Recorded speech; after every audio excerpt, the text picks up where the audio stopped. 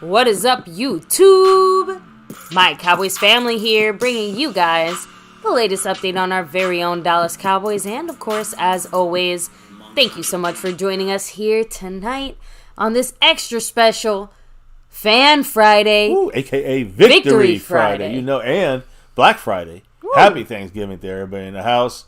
Hope everybody enjoyed the time with you and yours during these special holidays and moments of the year. So, along with celebrating a little bit after yesterday's Thanksgiving feast in Big D. So, before we do this thing, baby, and we open this thing up, I do want to say what's up to everybody. I think you already said sub it up and hit the like. Hit like, sub it up, hit the bell. Follow us anywhere and everywhere at MyCowboysFamily. And, of course, hop in the Discord. The link for that's in the description box down below. With Thanksgiving, we always got to say happy Thanksgiving. Much love to everyone. We had our feast in the fourth quarter yesterday, 45-10 final score, destroying NFC East rival and crappy team, the Washington Commanders, whatever you want to call them. But happy Thanksgiving to everybody out there, family, friends, loved ones, good times, and football wins. Now, we also got to shout out those that rep this board. You see at the bottom of the screen, they're the sponsor of the week. The man, you know why he's here. Snug X, repping that star over everything. And he's not just a sponsor of the week this week. He's also the king of the Cash App up there, upper left. Snug X repping this board. 2 out of our 4 top spots. You see Mark Hovsepian. That third spot there, 98 points out of 100. So he's almost fully loaded. Appreciate Mr. Marco Seppian from Hawaii repping that star. And, of course, Jason Renfro, back-to-back gifting champion. He's the gifting membership champion 2 weeks in a row. And he's in the lead right now, up by 1 over, against Skeptical Fan, who's got 1. And Jason Renfro's got 2 right now on that board. So we'll see if he goes for a three-peat from Mr. Jason Renfro. Of course, Mark's still holding on that stream boss. Who's got the other leads here? Well, pretty simple to say, guys. Not really a lot of flicking around here. It's basically Snug X coming for that back-to-back. Currently the sponsor of the week, but trying to go for that. He's in the lead on the overall board, on the overall sponsorship board this week, the leaderboard. And then you got on the leaderboard, top guy in the Cash App. It is, once again, the man that we all know why he's here, Snug X. Woo. So much love to him. Appreciate him and everybody in the house. Now, this Fan Friday. There's a lot of ways to Victory Friday as well. A lot of ways to give the love here to the channel and help us out. Get on these boards if you like, and there's a couple different ways of doing that. Super chats and, like we just said, gifting memberships. You can jump in the membership as well, and navy, blue, silver, star, or the over everything levels. And then you have the thanks button in there as well. But when you look at the Cash App, Snug X running the thing, if you want to get in that board and also the overall board, there's 4 ways. Drop a little love there through that side of things. Of course, you have the Cash App money sign My Cowboys Family, the Venmo at My-Cowboys-Family, the regular PayPal link, and last but not least, the Streamlabs link lets your comment show up on screen just like a super chat. Damn right. And of course, Fan Friday, it's even more special. We do the nightly shout-outs. Usually it's just that star level and over everything levels. But today, the silver, one of the perks, they get their Fan Friday shout-outs today, Victory Friday. Victory Fan Friday shout-outs. Much love to A. Lavelle, the all-time record holder here. You got Prince Jackson shout in out the to house. him. Of course, Skeptical Fan, Jason Renfro, Lincoln Kane, Mary Alvarez, Andy Potched, Marissa Sparkle, Da Lunatic, and over everything, C. Bass. Hell to the yeah. Appreciate you guys, all you guys, and everybody who's dropped the love, supported the channel from the beginning, weekly, daily, whatever, monthly, yearly. See, you best fans of all YouTube. So on that side of things, baby, I also got to throw in there another little pre-stream drop shout out from the man who stays skeptical. Skeptical Fan. Much love to Skeptical Fan. The $2 holler, a big thumbs up, and a Go Cowboys. Woo. We also got Mary Alvarez, part of that star level membership for 10 months, repping it with us here overall, right?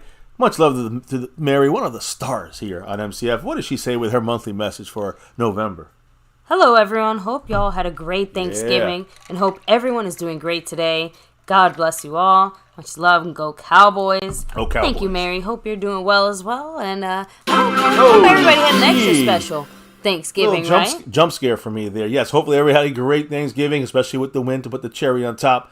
And now Drums and Cowboys getting a little bonus here in the holiday season. Have to shout out the man Jason Renfro. Yeah, a gifted membership there for Drums and Cowboys by Jason Renfro, taking a 2-point lead, a field goal for Jason Renfro right now versus the 1 point from Skeptical Fan in the gifting membership side of things. Much love to Jason Renfro, and he still is going up this board. I think he just jumped somebody else. I'll have to check the records on that. But much love to Jason Renfro, gifting a little love right there. So, and of course, we have to, like I said, I hope and appreciate. Oh, Cowboy 808, Legion of Doom, now officially. Oh, Jaylene, we got a 5 on it, I think, here. Yes, we do. From Mary Alvarez. Woo, she said, hold up, wait a minute. Shout out to, yes, Cowboy, Legion of Doom, Rolando Rodriguez, Jaylene, JD from DC, and Kelly Lincoln, all lucky winners there. As Mary Alvarez is showing the love to the community, gifting 5 memberships here.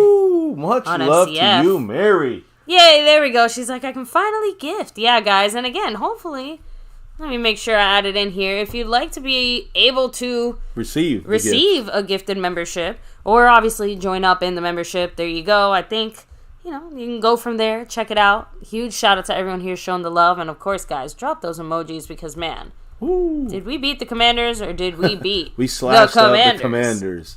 What a good feeling. So, like I said, I have never seen a Thanksgiving Day performance from our Dallas Cowboys, basically since I have been also kind of echoes a fan. And, Jerry, I think might have forgotten a few things, too. But he's been around the block a few more blocks than I have. So. Well, by the way, baby, you know what? Mary Alvarez, with that drop, is in first place on the gifting board. She's the number 1 gifter of memberships for this week so far, with 5 on it right now.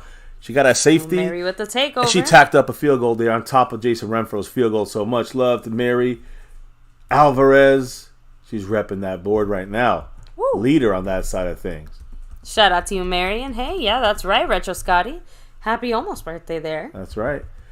I think we have a lot of things to be thankful for and celebrate these next few weeks, right? Yeah, well, including Mr. MCF's birthday right around the corner. That's true. It is right around the corner. We'll see about celebration because now the easy games are done. The next time we get an easy game, it's the Commanders at the end of the season. Yeah. Again, right? We're bookending the hard games now, the harder games.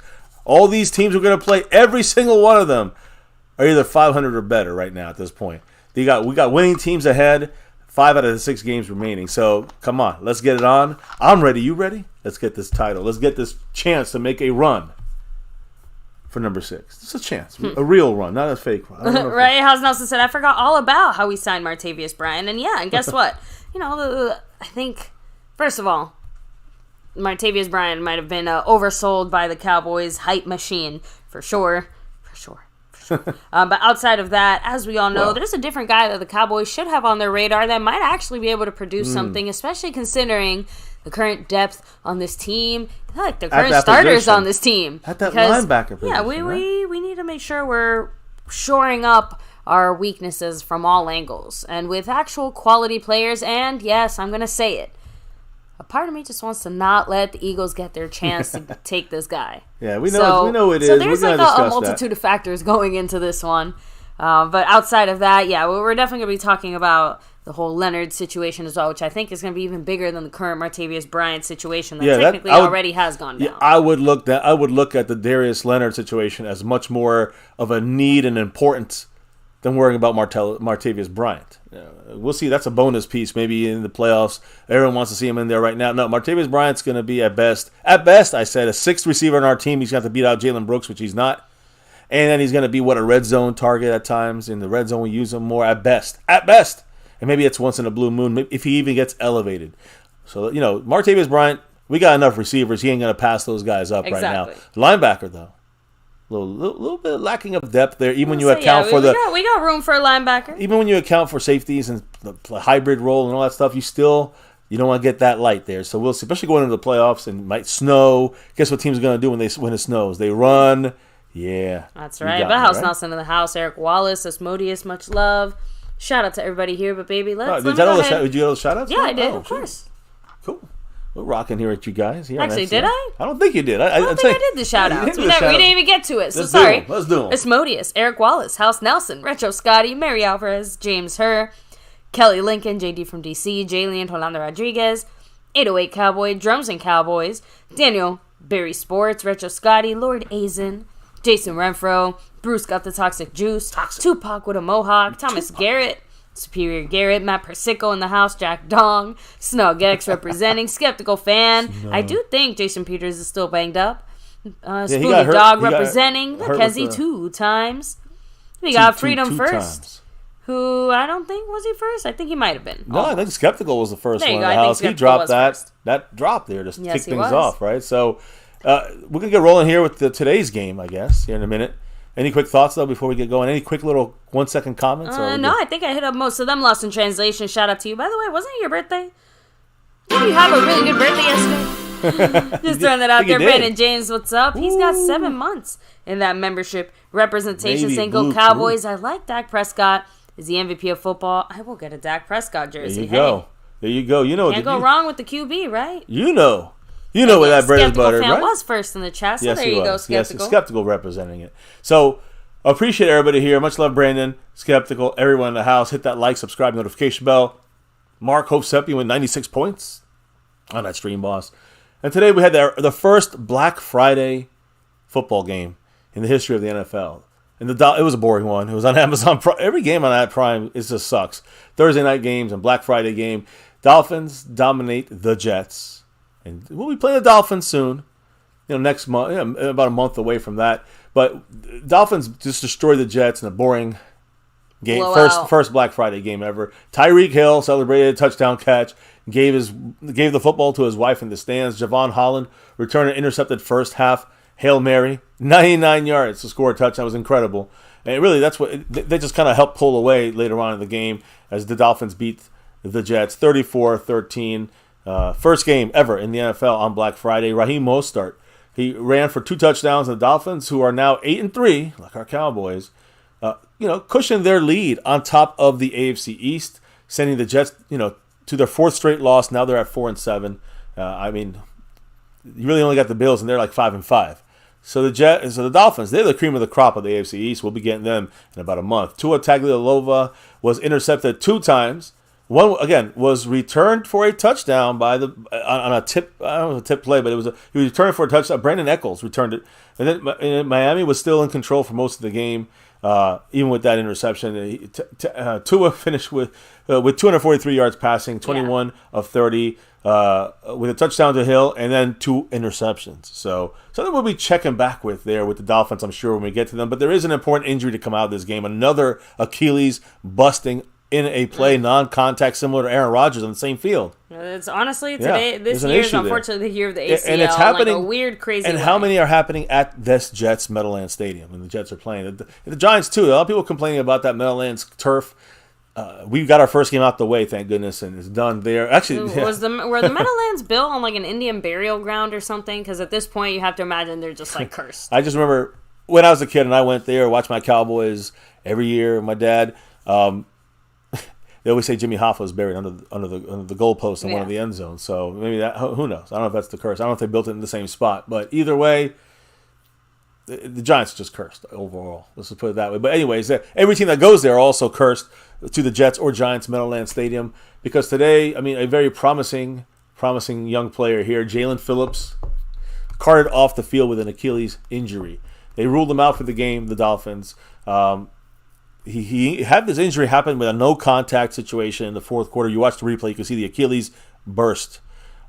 He sustained this injury while attempting to rush the quarterback, had to be carted off the field. Later on, after the game, you see the replay, you see the popping of the Achilles. Mike McDaniel, the head coach of the Dolphins. Mike McDaniel, I'm sorry. He did not sound very encouraged. He told reporters, quote, "It doesn't look great, but we'll find out more tomorrow. I'm not fired up about it." So, again, we know he's going to be gone for the rest of the year. Again, a very good promising defensive player, young guy. Not going to play against the Cowboys in a month or so. Whenever we go up against the Dolphins, of course, just unfortunate in general. Hate to see injuries like this. Very, very hugely unfortunate. And promising Dolphins team. They are definitely one of the best in the league, losing one of their better players, their pass rushers. But now you got to also remember, we get the Seahawks now on Thursday, which is now 6 days away. It's just coming around quick. Skeptical fans also saying that the Dolphins might suffer from, I hate to use this terminology, but the Cowboy curse, and that the Dolphins have yet to beat a good team. Like, the teams that they've beat and had these blowout wins against and all this stuff, they're all subpar teams as well. That's a good point. It's not like the Dolphins are out here dominating tough teams. And, they lost to the... And they've also lost to good teams. They lost to the Eagles. They lost to the teams like we lost to. So it's going to be a good battle for sure when we get the Cowboys and Dolphins in Miami. I think we can beat them. We'll see what happens. Now, I did want to say, as far as the NFL news, that's pretty much it for now. I'm going to roll to some Cowboy recap, Cowboy discussions here. What happened today? Some of the things that were said, and again, what you guys think about things here. Of course. Now, when it comes to the halftime show, I'm going to start off with the lesser football stuff here. Dolly Parton, who did the halftime show, she donated $1 million to the Red Kettle campaign. That was done in conjunction with the Cowboys and Salvation Army, of course. So great stuff there from Dolly Parton. Whether you like the show or not, or like her or not, it's irrelevant. I mean, she doesn't do these shows very often. I think you guys made that point. And just the fact that she even did a halftime show is incredible, right? So it's more about that than it is, I think, the music of Dolly Parton. For me, at least, that's what it's about. Anyways, by the way, the Washington Commanders, what's the fallout for the Commandos over there? Yeah. They had to fire today a very well-known coach, defensive coordinator Jack Del Rio, former Cowboy as well, an asshole by most accounts. But Jack Del Rio, their defensive coordinator, the Cowboys embarrassed them so badly, he was fired today, guys. Also, defensive backs coach Brent Weisselmeyer. Both these guys were fired today after the demolishing of the Commanders yesterday, and really Dak just tearing them all up right in the secondary. The defense struggled again. Of course, you see the score 45-10 in this Thanksgiving Day loss. Embarrassment on national TV at the Dallas Cowboys. And how big was this game when it comes to viewage? Oh my goodness. NFL you could say a few people watched. Oh yeah, just a couple. This NFL on CBS game delivered a massive audience. 41.438 million viewers. That is the number one game, I think, of the year as far as being watched. Yeah. You look at this here. This Cowboys lopsided 45-10 destruction of the Commanders is the most watched game on any network since the last Super Bowl, since Super Bowl 57. So right there, you're seeing. So again, you could say a few people watched it. Yeah, this kind of reminds me of the when we played the Raiders. That was like 50 million. Watch that game. It went into overtime. This one was 41.38 million viewers. The most watched show on TV. On any network, pick a network, it don't matter. This is the best show since the Super Bowl. This is the Super Bowl, basically, for some of these teams out there. It was definitely a Super Bowl for the Commanders. Definitely, yeah. It was a super toilet bowl for them. So this was also the third most watched regular season game in NFL history. Yeah. We know playoffs and Super Bowls, they bring in the bigger viewers. So lots of NFL history was made. Yeah, a lot of history. The third most watched regular season game in NFL history. Also, this game viewership peaked when it hit 44.265 million viewers. So it was actually 3 million. It was actually 3 million more. That was the overall viewage there, 41.38. But at 40, it was a certain point there. It was at 44.265 million. Paramount Plus records its most streamed NFL regular season game ever. Well, hot damn. So there you go, guys. I mean, the Cowboys doing the thing again against these poke-a-hoes. But the commies have been ousted. So the Cowboys crushed Washington, as you can see, 45-10. Let me remind everybody some important records. We're talking about a couple records here. Let's continue these records. This is not a record yet, but it is a streak that is the best in the NFL. 13 straight wins at home for our Dallas Cowboys. This is our 13th straight home win, which is the longest streak in the NFL. Another streak that you're going to hear here is that the Cowboys have scored at least 30 points in 6 consecutive regular season home games. Consecutive. 30 points or more. That's the longest streak in team history. Damn. Yeah. Well, again, at least we're figuring out how to make AT&T Stadium a place for other teams to fear when they it's step about into our house. time. I will say that's a good thing. I'm saying, like, all these other stadiums, you know, like Seattle is always known for being a tough stadium to play in. Obviously, Green Bay, like, you know, I'm surprised Pittsburgh. AT&T Stadium hasn't had that reputation, considering how hard Cowboy fans seem to ride and represent for their team. So it's been kind of lazy in the past, but more recently it's been a lot. I wonder what's happened the last few years as far as who's been attending these games. I don't know. Either way, it's working. I also want to show this right here, baby. If you can see this here, our current schedule. The Cowboys are the first team in NFL history, and this is something I've been tracking. Look at all our home games. Jets, Patriots, the Rams, the Giants, Washington. That's 5 games. We're the first team in NFL history to win each of our first 5 home games by 20 points or more. Now, I know they might not be great, but they're still NFL football teams. The Jets, we beat by over 20. We beat them we'll beat them by 20. 30-10. 20 or more has been the number here for our home turf. So the Jets, the game there, 10 for the 30-10 Cowboys by 20. We beat the Patriots 38-3 by 35. We beat the Rams 43-20 by 23 points. We beat the Giants 49-17. You do the math. And we again crushed the Washington Commanders 45-10 by 35 points. We're saying this is the dominance we've had at home against shitty teams, but we dominated these guys. Now it changes. Now we got 3 more games at home, and all 3 games are against much tougher teams. The Seattle Seahawks, a playoff team. The Eagles are definitely the best record of the league right now. And the Lions, right there at the top of the NFC. So those are our remaining 3 home games.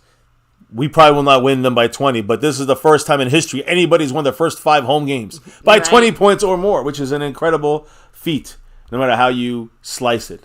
So great stuff there. Now, any quick comments in the chat before I get rolling into a more direct breakdown? I guess it's kind of maybe even you breaking some stuff down here after the game, but when it comes to Jerry Jones and maybe Mike McCarthy. But Steve Bass throwing out there, any team when playing the Cowboys, the very publicity makes it their Super Bowl, and that's saying something because there's levels to this. And, very true. It's so funny because if you guys were watching when they did that post-game interview with Dak and Bland, you could see that Bland was, like, overly almost shell-shocked at the lights, the attention and stuff, and he's been with the Cowboys long enough that, like, you'd think you'd be a little bit used to some of the media hype, because obviously the Cowboys do it on a different level, but he has never been in the spotlight quite the way that he is in this year.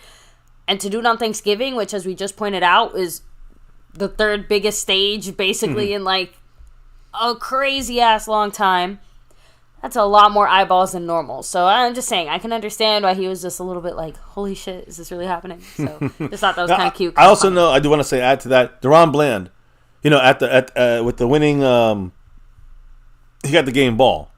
Yeah. And he was, kind of showered with support in the locker room. It was rightfully so. It was his turn to speak.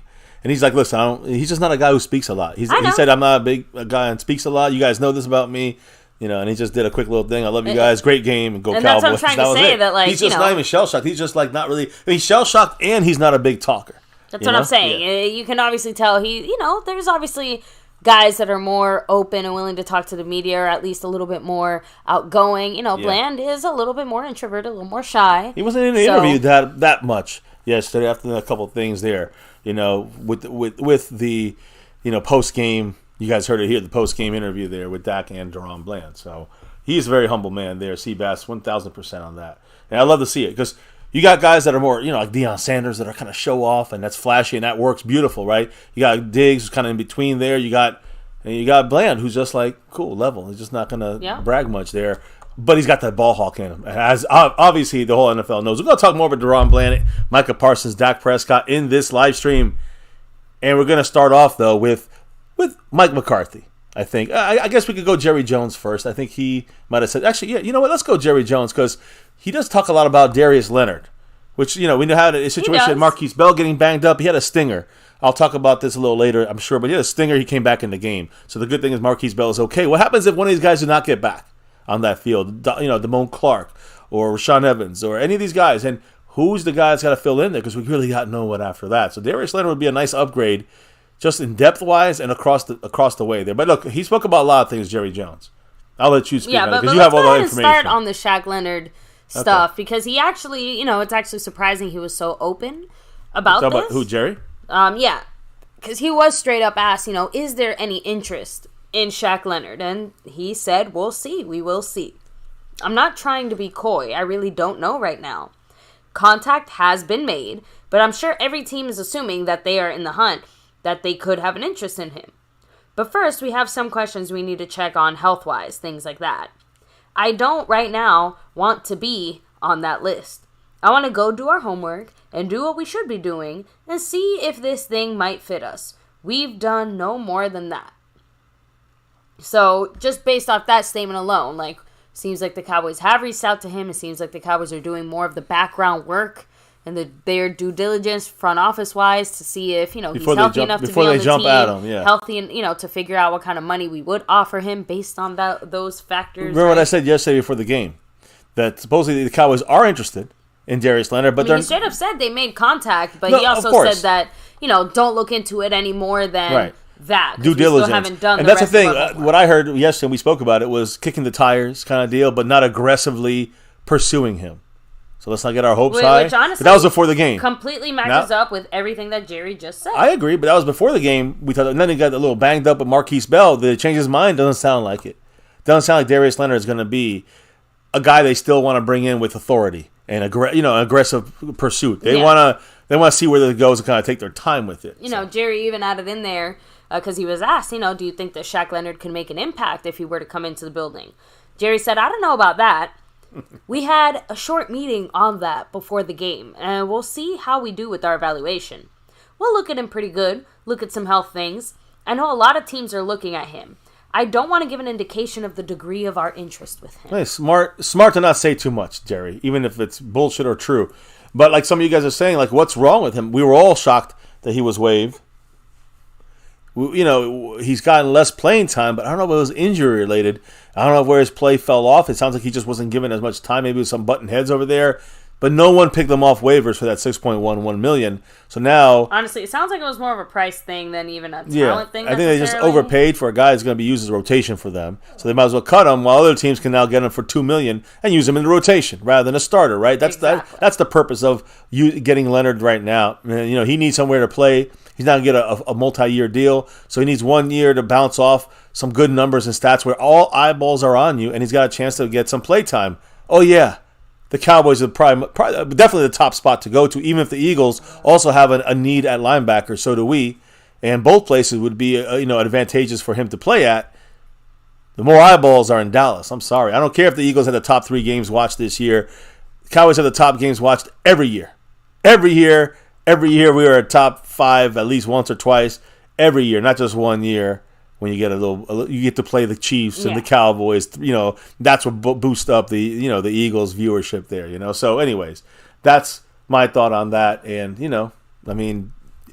Leonard should he's going to think it through. And Jerry Jones and Stephen Jones are just kind of due diligence right now. They're not really seriously aggressively going after him. It sounds like, which again is fine, but hopefully that changes once they look into him more. Right? Skeptical said tax break in Dallas. Right there, you can pay him $500,000 more, and it'll be more in Dallas than he goes anywhere else. Right? If he's paid, $500,000 less, probably makes more money than anywhere else he goes. Still, even if he gets $2 million less in Dallas.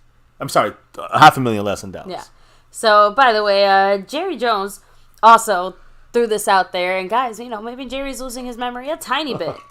But he would know, wouldn't he? He said, I don't know that I've had a day like this, and I'll include them all. I'll put Super Bowls in there. Super Bowl? I don't know if I've ever had a better day with the Cowboys than today. Well, me, as a Cowboy fan, we won those Super Bowls. Those are better days. Yeah, maybe it's because it's hard to find how that's possible. Maybe. Well, here's how it's possible. Maybe because Jimmy Johnson was responsible for those. And Jerry Jones is like, well, I'm happy, but I could be happier. Oh, now I'm responsible for this Thanksgiving Day, performance, then this makes me happier. Not only that, but look at the third most viewed game ever, regular season. I'm just saying, this is a win across all the boards, not just the Cowboys get a win board, or Dak looks good board, or the defense look good, or McCarthy. It's not about just that. It's also the NFL looks good, and he's helping the NFL on the map, which means, hey, Jerry Jones is doing something good.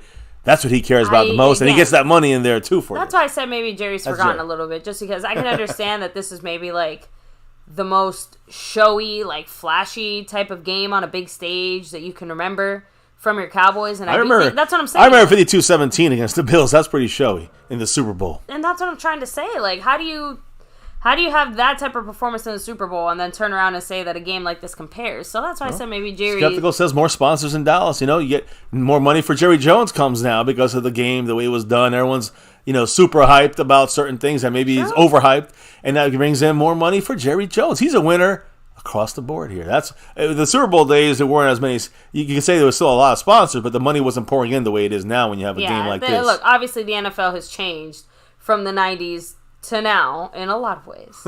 See, he doesn't even know what he's saying sometimes, Jerry Jones. That's what I say. I think maybe Jerry just forgot a little bit. So outside of that, Jerry also was asked, of course, about the infamous turkey leg. And we have quite a few people talk about these freaking turkey legs. He said, if I thought we could have the result of him playing like he is, I'll make that a staple on the sideline for every home game.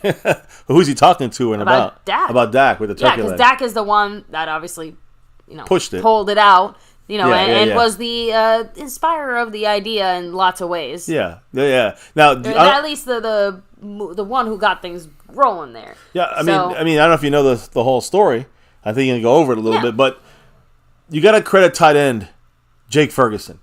Guys, Jake Ferguson. Yeah, he was the ultimate master. Number 87 was the guy who really pushed this idea originally, right? Dak and Mike McCarthy, they pushed it to others, but what happened was this. Jake Ferguson was the guy who had the idea to stash turkey legs in the Salvation Army red kettles, all four of them, in AT&T Stadium. This happened in the fourth quarter, because they knew, again, what I heard it happened in the fourth quarter, but I don't know, maybe you have something else. But the idea quickly caught on within the team. So after Ferguson talked about putting the turkey legs in the kettles, the team started talking about it. The players. Yeah, obviously it was a popular idea. The Legends Hospitality, they made it happen, placing 4 turkey legs in each of the 4 red kettles. Now, in these Salvation Army kettles, Dak Prescott was the guy who got Mike McCarthy to approve it while he was meeting pregame with Jerry Jones, who, by the way, loved the idea. So it was a team effort to get this thing going, and everyone loved it pretty much from top to bottom. We'll have more description about what happened. You have more of that on what was said about this. But that's just the background situation on the kettle. Jake Ferguson to the team, from Dak to McCarthy up to Jerry Jones, and they all loved it. That's the story of the turkey leg fiasco celebration. But give me more info. Break it down for me from what they said. Well, Jerry was straight up asked, if this Cowboy team can win a championship. Of course, his answer was yes. I said there's, 4 or 5 other teams who can do the same, and this team is certainly capable of winning the whole thing. Oh, I thought we were talking turkey legs. My fault. That's right. I was finishing up on the Jerry. I know. Stuff. I thought we were talking about the other guy's turkey legs, but it's okay. Well, we are talking about the rest of the guys' turkey legs now, because that was the last comment from Jerry Jones. Okay, that's how we finished it off. So, turkey leg wise only. What was said about, and who said things about this? Dak said it was a 2 or 3 day long process. I talked to the coach before the game, and then he was talking to Jerry, and of course, Jerry was into it.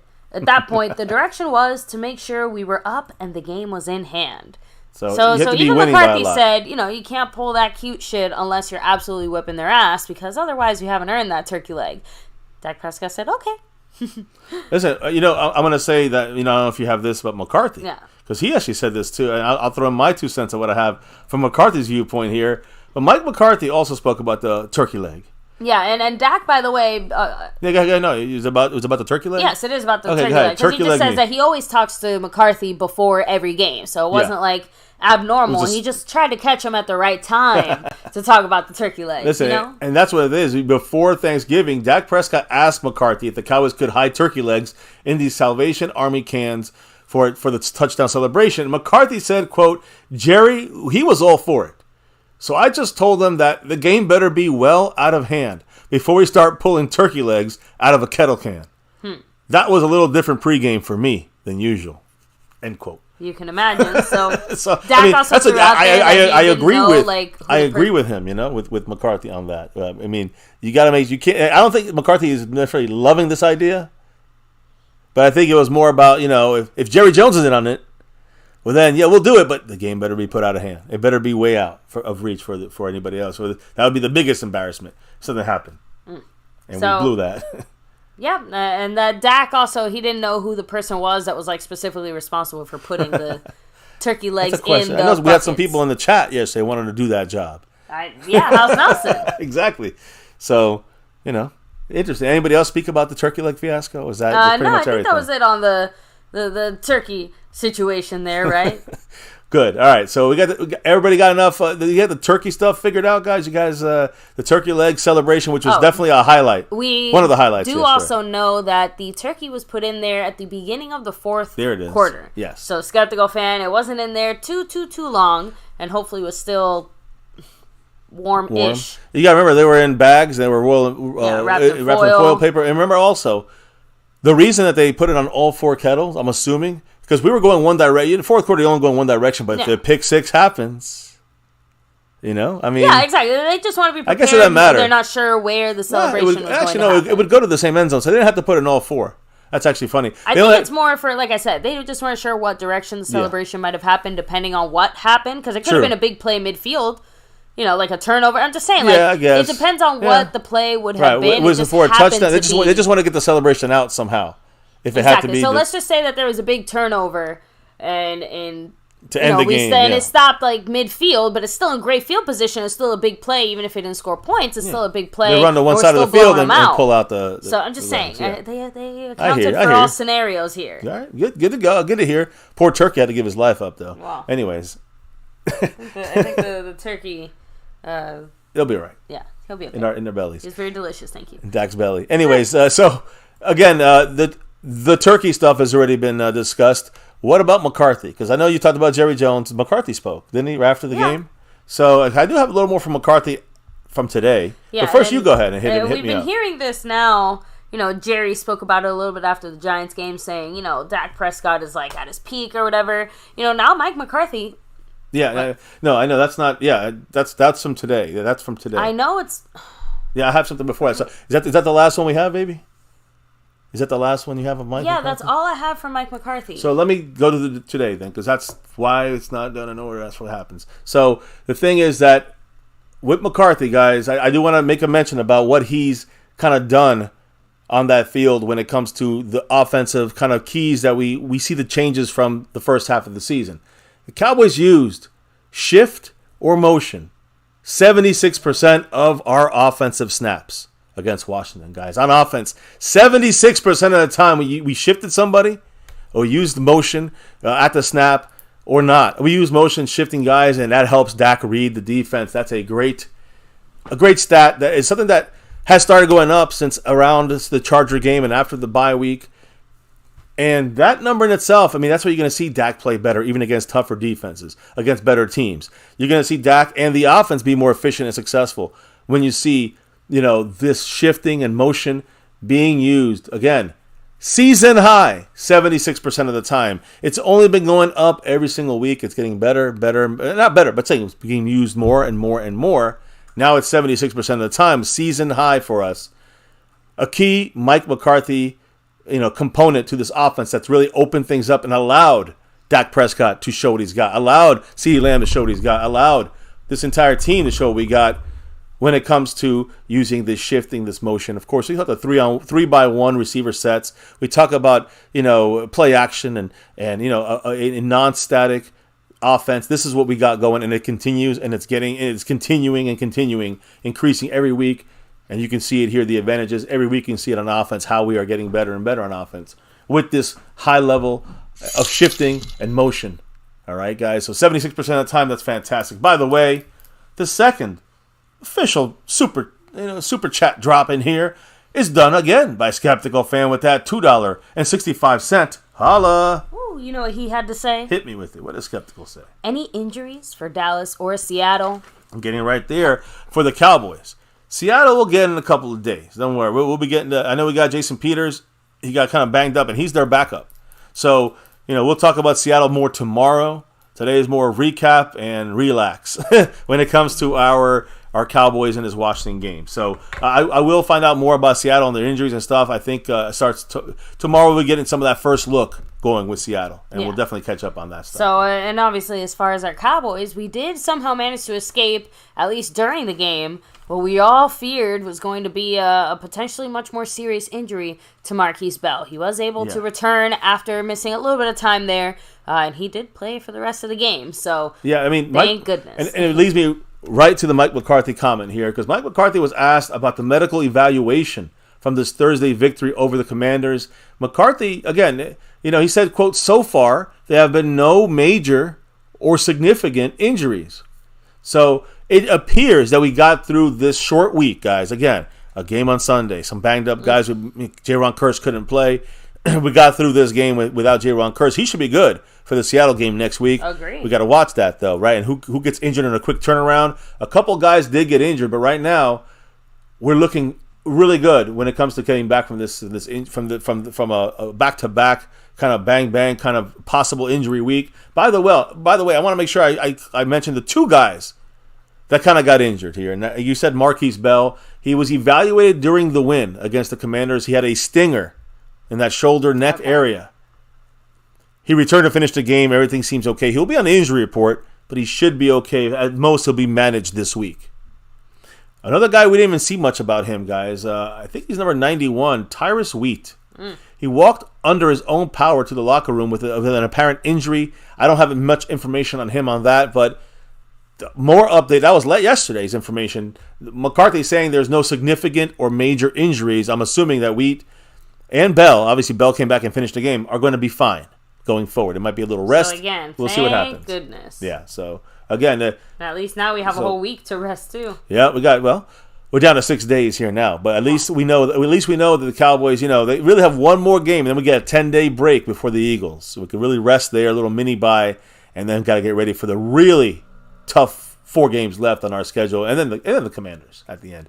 So again, injury-wise, you guys are wondering about injury updates. There you go. Marquise Bell, Tyrus Wheat, both these guys banged up. Both these guys still look like it's not significant. No major injuries. Great news for the Cowboys getting by these quick 2 games in 5-day span. Now, another thing, and we're going to talk about Micah Parsons a little later, but he was being held pretty much this entire damn game. Mike McCarthy. We usually Micah say, Parsons. "Hey, why don't the players say anything about it?" Well, Micah was very listen, vocal. Let's look at the video real quick. I don't know if you've seen this, baby, but check this shit out. Roll the tape. Here's Micah. This is obviously he gets bear hugged and pulled up and around. I mean, come on now. That's one play. We got 5 penalties missed here at least, and none of these were penalties. Boom, hands to the face. They call that every time. Not this time. Is this a hold? Yeah, his shoulders are getting held. He couldn't even turn. That's a touchdown, by the way, for them. Another play, getting held again inside. Obviously, twice it looked like he got held. Oh, don't worry, he gets held twice in this play by 2 guys on the same play. 2 guys wrap him up and do-si-do.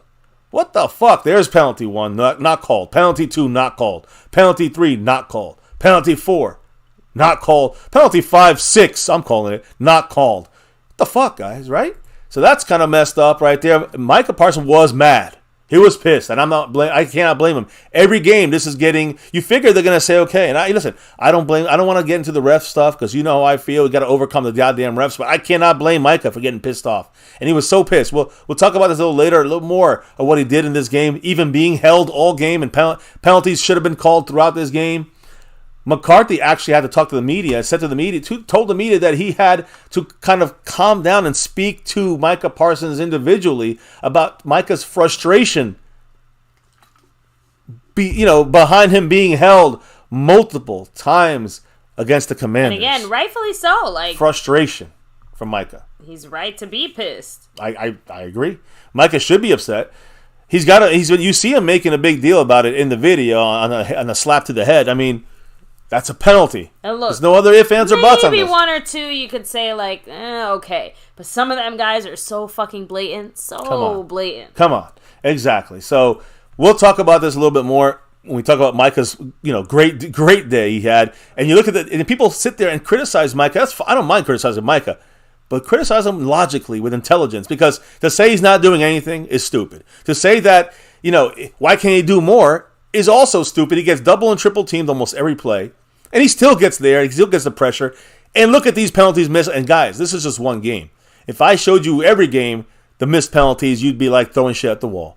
Oh, yeah. And I don't want to get into that because I know that puts on the whole thing where they hate us. They hate the Cowboys. Well, we got to be more disciplined. But you cannot do it. This is 100% on the refs and the league, the Cowboys coaching staff, the front office. Someone should send a letter in, Micah, to the NFL, say, why are these penalties not being called? Even if they don't do shit about it. We know I can't do anything about it. But the next game, and the next game, and the playoff game, you got to be able to have the refs all eyes on this shit. Or else it's going to be nonstop bitching and complaining by the Cowboys players and Micah and all this. And it's going to look like we're bitches and we're, we're going to complain that the refs beat us. No, the refs didn't beat us, but goddamn. The refs are purposely hurting us, it feels like. And I don't want to start that narrative up, but it is upsetting. And I usually don't bring that stuff up here. But when it's blatant, and we were calling it all game, maybe you called a bunch of them. Some of them that aren't even shown here, you can say were holds as well. But no 5 penalties were worse than these 5 or 6 penalties you just saw on the screen. And none of them, not one was called against Micah. I'll talk about that a little later, but I just want to bring it up now because Micah was pissed. Mike McCarthy had to kind of talk him off the ledge there, had to kind of talk him down a little bit from his frustration of being held. And, he could have had probably 3 sacks. He got 1, you know what I'm saying? So it is what it is. Now, when it comes to Mike McCarthy's thoughts on Dak Prescott, and to me, this is probably the most important guy on the team for Mike McCarthy himself, because they have to be on the same page. They got to be they got to be on the flowing together. They have to know, like, finish each other's sentences. I think that McCarthy even makes a mention of that. And what McCarthy is saying, guys, he thinks that Dak Prescott, right now in his own current stretch of fantastic games, and we'll talk about Dak, but I want to also say an asterisk next to that, saying, remember, these are some shitty ass teams. I know we shouldn't have to say that, but in this situation, I have to say, yes, I know these are shitty-ass teams, but you know what? There's no quarterback out there that really goes out there and just beats, and I mean beats, demolishes like an all-pro, like a Hall of Famer, only the bad teams or the average teams. Like, there's not many quarterbacks that can do that, ever. So even if Dak can only do that, that's still impressive. I just want to make sure everybody understands that. But people will say, well, he didn't play the good teams. And I agree with that, so we already know that. Yeah, let's go ahead and get that out of the way. So we know he's played some shitty teams. I mean, the Panthers are the 4th best pass defense, so he didn't have many yards against them. He had 189 yards, but why? Because they have a good defense, right? The other ones don't have as good of a defense, but Dak still was efficient in that game against Carolina. Had a very good, efficient game against the Panthers, and he had another one here against Washington. So when it's all said and done, McCarthy is saying right now, these last couple of, I would say since the break, since that game we watched the Rams, baby. It's funny how we came to that Rams game and the season changed. We went for that Rams game and a new offense has been born. I'm not saying not the first time. Yeah, not the first time this happened. We've gone to a season game and then we've had a streak that took us a while. It took us a long way, right? Although, we have to admit, this streak in particular is quite impressive. Well, I said this after that Charger game. I was not impressed at all. Some people were like really happy. I'm like, listen, I'm glad we won. But we don't do shit here. We don't change stuff in the next 2 weeks in this bye week on this offense. We're not going to win. We're not going to come close on the tough games. We're not going to hang in tough games against tough teams. We're going to be closer in our wins against the shitty teams. And we saw a change. We went there. We knocked on McCarthy's door. We spoke to him about some of these plays he needs to do and get more aggressive down the field, the motion, the shifts, all that stuff. And it worked. Anyways, the point is, McCarthy is comparing this stretch from Dak Prescott to some of the great stretches from his old quarterback in Green Bay, Aaron Rodgers, believe it or not. And, basically he said that the way that McCarthy worked with Aaron Rodgers and they were on the same page, knowing everything together, is the way he feels right now that Dak Prescott is clicking with his head coach and play caller, Mike McCarthy. So, what did... I know Dak Prescott had made a mention about the fact that they're like on the same wavelength right now. I don't know if you've mentioned that today, but the point is, I think that Dak Prescott said that, like McCarthy is calling these plays. He's on fire with these calls right now, with the play calling side of things. That's how Dak feels matched up with Mike McCarthy. But what did McCarthy say about Dak in this area in comparison to Aaron Rodgers? He said, quote, "I think it's just like anything. I've done it for a long time. He's played quarterback for a long time. this is the first time that we've done it together. Our Thursday night meeting is a big meeting. It's an important meeting. And if you can see it 2 nights ago compared to weeks 1 and 2, I think that would speak volumes about where we are now.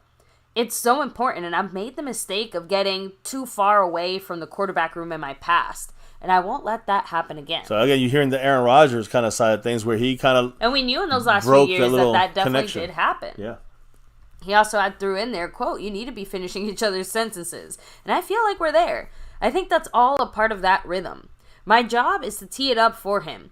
He has the big job, the real job, and that's the plan. That's just the way I've always approached it. And we've heard Dak say now like 3-4 times that this is the most confident he has and comfortable he has ever felt in our offense. Like, and it's not just like bullshit or whatever. Like, you know, he said it now a few times. And like McCarthy said, with a few years of experience under his belt, that statement carries a little more weight to it. And again, you know, it's great to see that Dak and Mike McCarthy are literally on the same page. Such an important thing. You know, such an important thing for the Cowboys. And, you know, I know that Dak Prescott also spoke today. And I think Dak made a mention about his... I already kind of mentioned most of the Dak comments. Oh, I thought he had a comment about McCarthy. That's why... No. Well, I think he did say something. I heard him say something about the fact that McCarthy is calling these plays. You know, he's on fire with the play calls. And you're just seeing the opening up of the offense, the Dak and Mike McCarthy on the same page. Fantastic. And, you know, you look at Dak Prescott. You know, you got to look at also, you know, how is he doing on the field? Now, again, I'm going to say it again to everybody. Remember, I know he's played some shitty teams. We have played some crappy teams, although the Panthers are the 4th best pass defense. They're overall not a great team, and they had some guys banged up. But let's look at Dak on this Thanksgiving game. 331 yards against Washington. 4 touchdowns. Guys, another 4-touchdown game for him. I mean, he's by far smashed that 4-touchdown record in Cowboy quarterback history. 97 PFF grade. I'll go back to that in a minute. He has a 95.3 passing grade. And he had 5 big-time throws. He missed 2 of them in the beginning, so it's crazy. He could have had even a better game. He could have had easily over 400 yards. Good point. Dak Prescott graded out by PFF at 97.0. Do you know that performance on Thanksgiving, 97.0, the highest grade for a quarterback in a single game this year? Wow. So, hey, Mahomes has played some... He did it in such a big stage, too. Yeah, on a big stage. This was Dak's most efficient game out there as a quarterback. He's on fire for the season, all right? And you look at that first half of the season, the first half so far of the season, boy, those were some low output quarterback numbers for him, right? And yet he's right back in the mix. He's got almost 3,000 passing yards. Again, similar to the offense and defense, a bit of a slow start. It's crazy. 2,935 passing yards. He has 23 passing touchdowns. He leads the NFL right now. Mm-hmm. The NFL with 23 touchdown passes through 11 weeks, through 11 games. You guys feel me on this? He's the best. He was the best in the NFC in touchdowns. He's the best in the NFL. I know other teams are going to play, but he's currently the best in the NFL, the most touchdown passes in the NFL. Again, I know some bad teams in there. Now, he also, that's an average, by the way. The 23 touchdowns in the 11 games, it's an average of 2.1 per game, but that is a lot per game. And to average over 2 touchdowns passes thrown per game in 11 games, to be 2 or more, that is a lot. And I mean, even in comparison, you see Peyton Manning. I mean, I think the record's like 55 touchdowns, so he ain't going to catch that. But Dak Prescott, is showing his ability to, when you give him the chance to get an attacking offense, he will make it work. And we've been saying this when we're screaming at the screen, why is McCarthy not opening this thing up more? Dak can do it. Well, now it's being done. So you're seeing the touchdowns by Dak, 23 passing touchdowns. Dak has 6 interceptions this year. He's also currently with a QBR of a 75.4. Just so you guys know, how does that mean? What is that? It's not a C average. That means that he is second best by that QBR number in the NFL. He also has 151 rushing yards. He has 2 rushing touchdowns, and they weren't like tush pushes. They were real rushing touchdowns. Yeah. So that gives him a total running and passing, 3,086 total yards and a total of 25 touchdowns.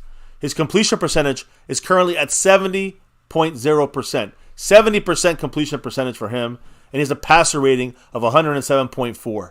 This is for the year now, not just one game. So just dominating numbers for Dak Prescott compared to his first 4, 5, 6 games. My goodness, this is like a miracle. It's like someone, he drank a potion and it flipped over, but it's not the potion. It's Mike McCarthy and the play calls. And you know, he said it. Dak is the one that has to actually go out there and do it. But it's still Mike McCarthy's job to do all the behind-the-scenes work. So Dak just has to only go out there and do it. Yeah, Dak is following the orders of McCarthy. McCarthy gives bad orders. It's going to be followed. It's going to not look good. So when you look at Dak right now, any war, right? Your general has to be able to lead you properly, and the soldier has to, follow the orders. And he's got to be on the same page. Yeah, they all got to be on the same page. So Dak Prescott right now also. Let me just say this. Leads touchdown, 23 touchdown passes, leads the NFL. He also leads the league in 4+ touchdown games by a quarterback. All right, he's got 3 4+ touchdown games just this year. Number 1 in the NFL. So again, I know he's got the bad teams he plays against. I get it, but Romo has some bad teams too, and he did great against them. Aikman played some bad teams too. He didn't put up these numbers. I'm just saying, I know it's a different time, but I'm just saying. No, but it still really matters because guess what? These dominant teams, they beat the bad teams, but they weren't kicking their ass the way that we are currently kicking their ass. And I don't disagree with the whole we need the Cowboys to stop being so extreme and so hot and cold. But guess what? We're finally getting our next chance to go out there and, like I said, prove ourselves once again, at least against a team with the winning record. Yeah, it starts and a team that should give us Thursday. A bit more of a challenge. Starts on Thursday, and like I said, 5 straight games. 5 straight games of teams with winning records. 5 straight weeks. So buckle up, guys. It's on. Now, I do want to say one last thing. I think most people agree, although I agree as well. Dak Prescott should be in the conversation for the NFL MVP, and he will be in that conversation from here on out for at least another couple of weeks. You know why? Because he had some easy games to put up some good numbers, and he did it. That's what puts you, and he looks good doing it, and he's doing it good and doing it well in a Mike McCarthy well-called play-called offense. So he's doing what he's supposed to do, in my opinion. He's doing what he's supposed to do with a more aggressive McCarthy game plan, and that's what we're doing. Well, now the key's going to come in the next 5 weeks, guys, and that's why I keep saying it. What's going to happen in the next 5 weeks, that's going to be the deciding factor here for the Cowboys. But when you look at the schedule, 2 games there in a row at home against winning teams, Seahawks and the Eagles. 2 games on the road against probably winning teams. Again, I'm saying Buffalo's probably going to be a winning team by the time we get to them. So, again, on the road, Buffalo Snow, Miami Heat, whatever, doesn't matter. Those are tough games, and then the Lions back in Dallas, another tough game. 5 tough games in a row, case closed. I'm ready for it. Dak's ready for it. We know this is the best they could have done to get to this point. So we've seen the best. They can do better, but I'm saying we've seen them do what they're supposed to do. Now let's see how they do against the tougher teams. Now it's on. But Dak's, if we as a team and the offense can look crisp and good, can do our thing here for 4 out of the 5 games coming up, Dak will be 100% in that MVP conversation in that Week 18 game against the Commanders. Absolutely. So, just saying, that's where we're looking at there. And I don't care about MVP, but if Dak will be in the MVP running and the discussions there, that means our team is winning and probably maybe getting that first seed possibly if we get into that point where Dak's bringing this team back to that first seed possibility in those last couple of weeks. How is that at all in any way, shape, or form a bad thing? Yeah, no, it's a great thing if Dak is the MVP race and running. And you have to but that means he's doing his job, and it means we're winning the next 5 games. We're doing well. He's in that discussion even more so than he already is. Yeah. The whole point is that means he's doing better, looking better, and doing it against the better teams where it counts. Yep.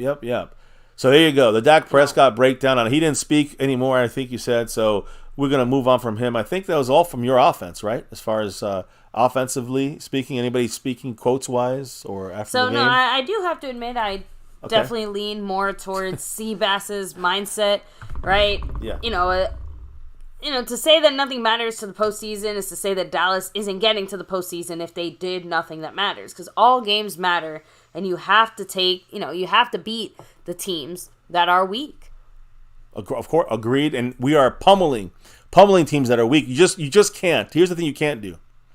You can't feel overhyped because we're pummeling the good teams and then losing either, getting blown out or losing to a bad team or a good team losing to them like the Niners or the Eagles, still consistently not winning those games against the good teams. We got to do better against the good teams.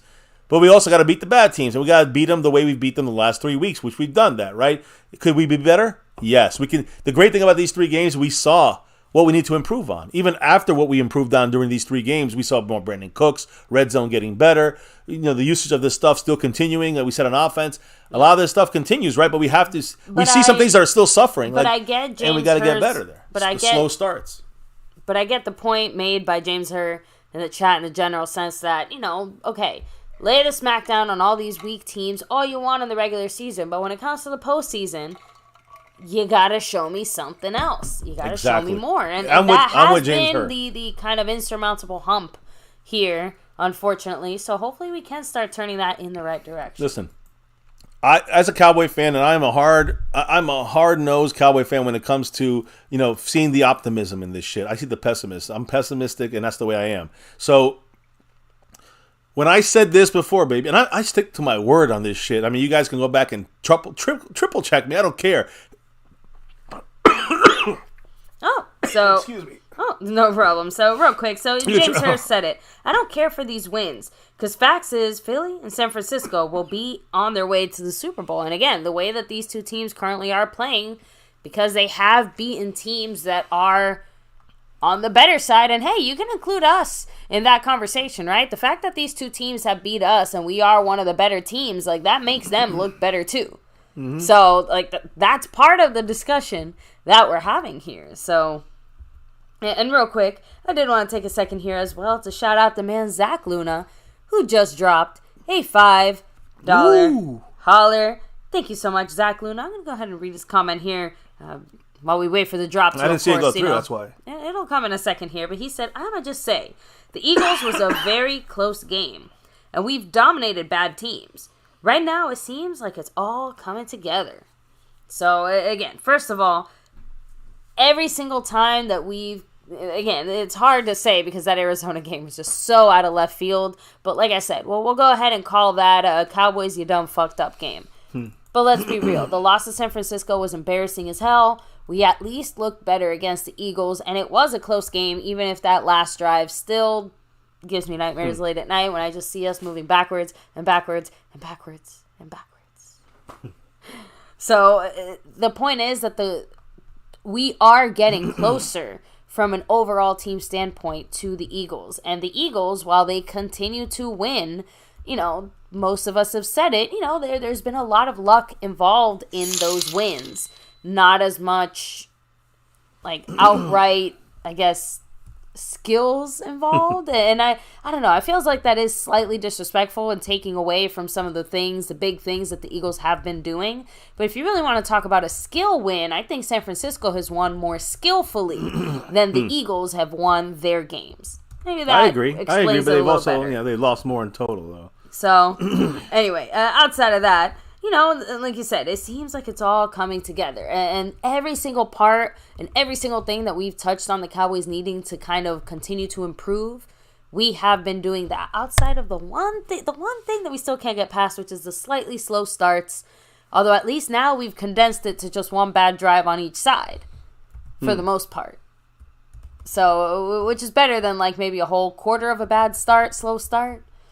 Or even a that's handful one of the things of drives, we have to improve that. Obviously, when we get to,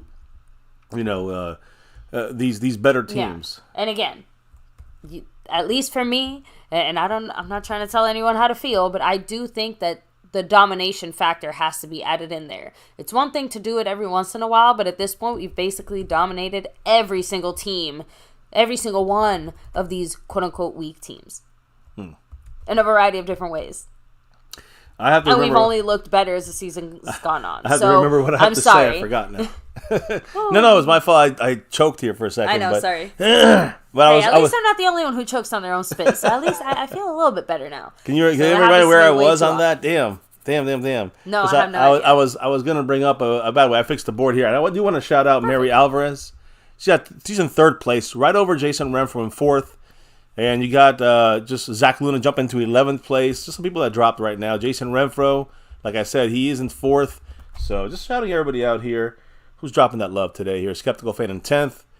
Go Cowboys. Appreciate you guys. Man, I forgot what I said. If somebody sees it in the chat, if you remind me in the chat what I was trying to speak on. But damn, I lost my complete focus on that. Let me see. The comment before that was James Hurst saying, I don't care for these wins because facts is Philly and San Francisco will be on their way to the Super Bowl. Yeah, I said I'm kind of a hard-ass fan about this stuff, pessimistic. I think that's what I was saying. And I've said this before. If the Cowboys did not, like those first 4 weeks, 5 weeks, if the Cowboys don't, get on track and get more aggressive, it's going to be an issue as we went on. And as the season went on, we never really changed that. We lost the Niners. I still think we struggled against the Chargers. And then out the bye week, we got refocused against the Rams. And you see, we saw it from above. Like, we saw it from the top of the stadium, from the back of the stadium. But we saw it in a way you don't see it on TV. You've been to a game, you know what I'm talking about.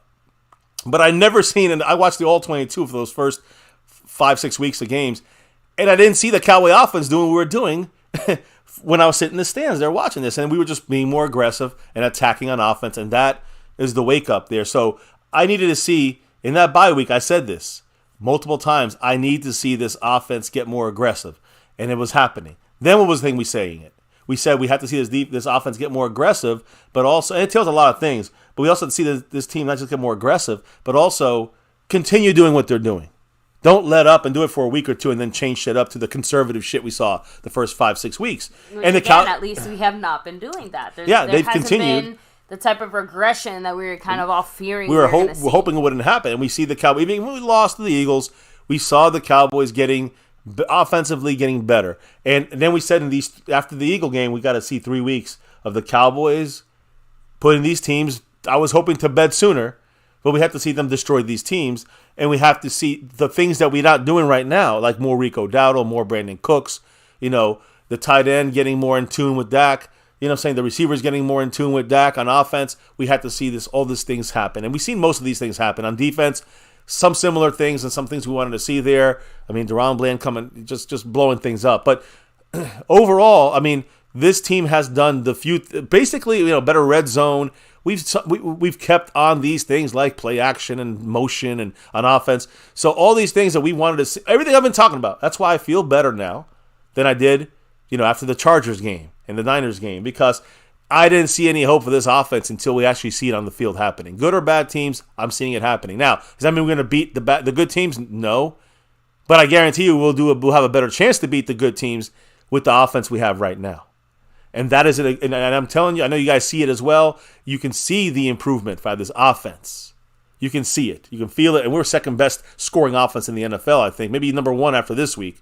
So, one of the best defenses, now the best offense all of a sudden. It shouldn't be fool's gold, but I will say it's not 100% gold because there are some bad teams that kind of give you a little bit of a tarnish on it.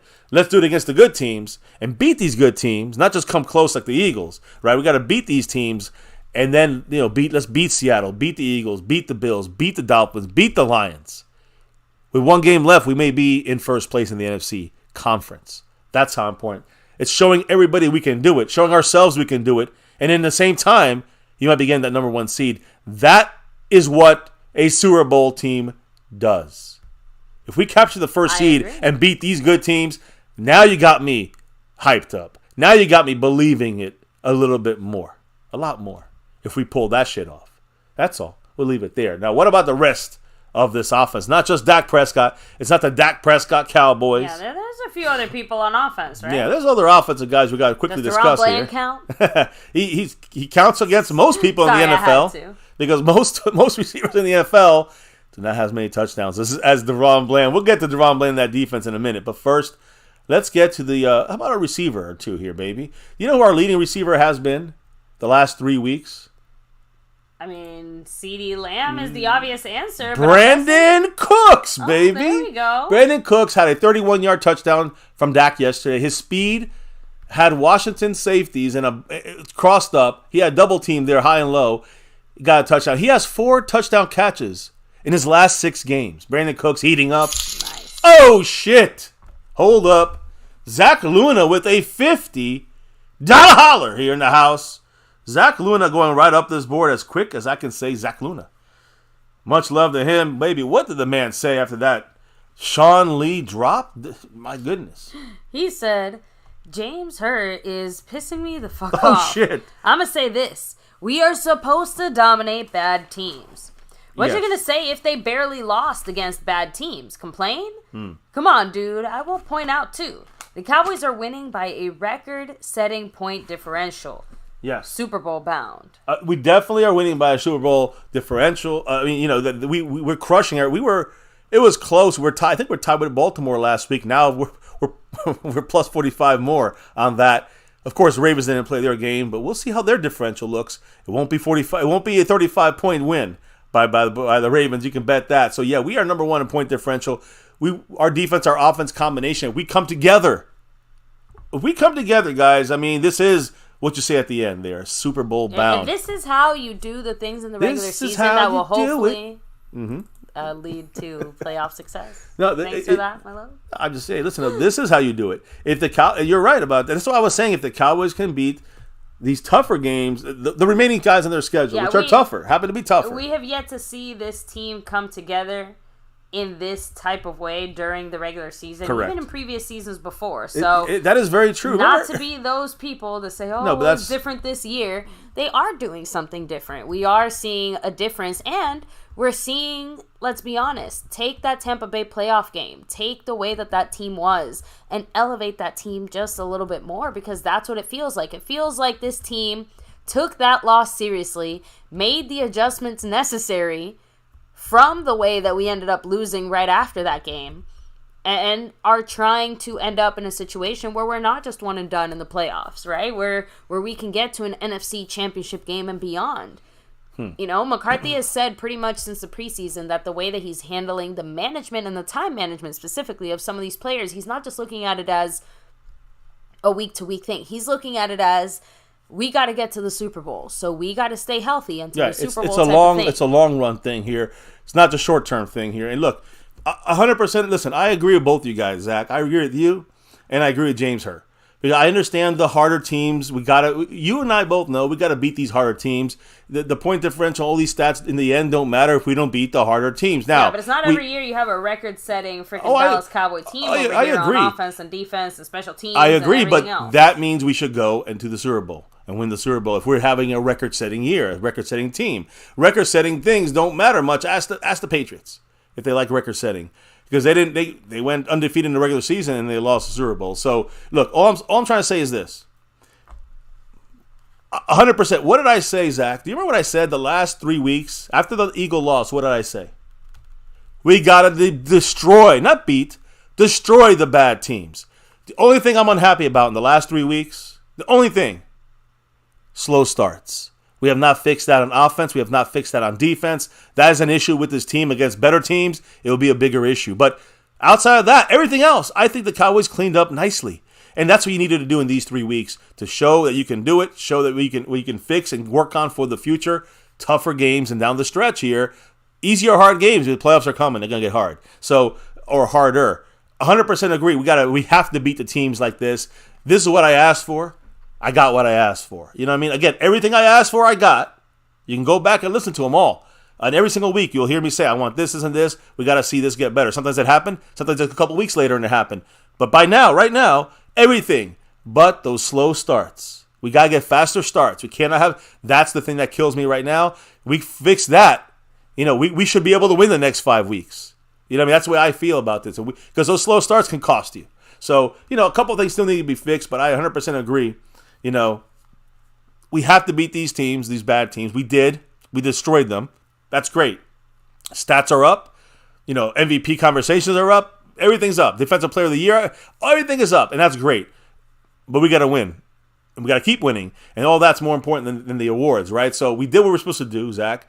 You know, we had to beat the better teams, right, James? So, and I think we're all in agreement in the end on that. You know what I'm saying? And that's what it's about. In the end, it's about we got to see it to believe it. We're seeing it, but we haven't seen it all yet.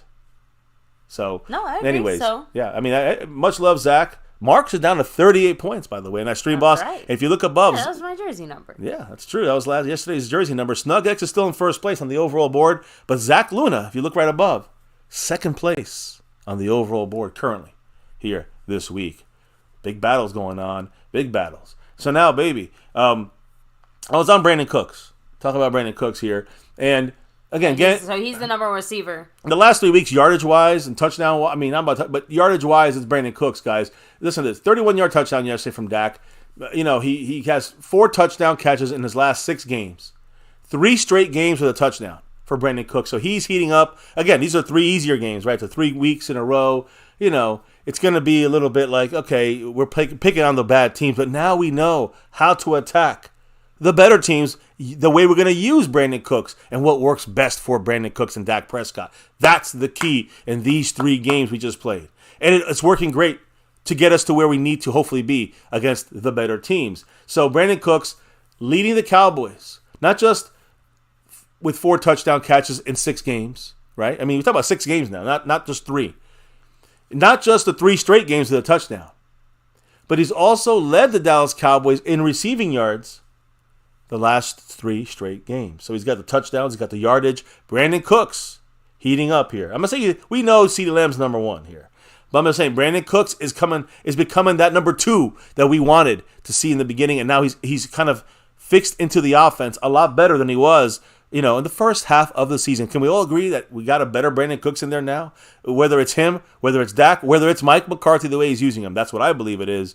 We're using him right now, and it's working. Now, what about the number 1 receiver, the true number 1 receiver for our team, CeeDee Lamb. CeeDee Lamb.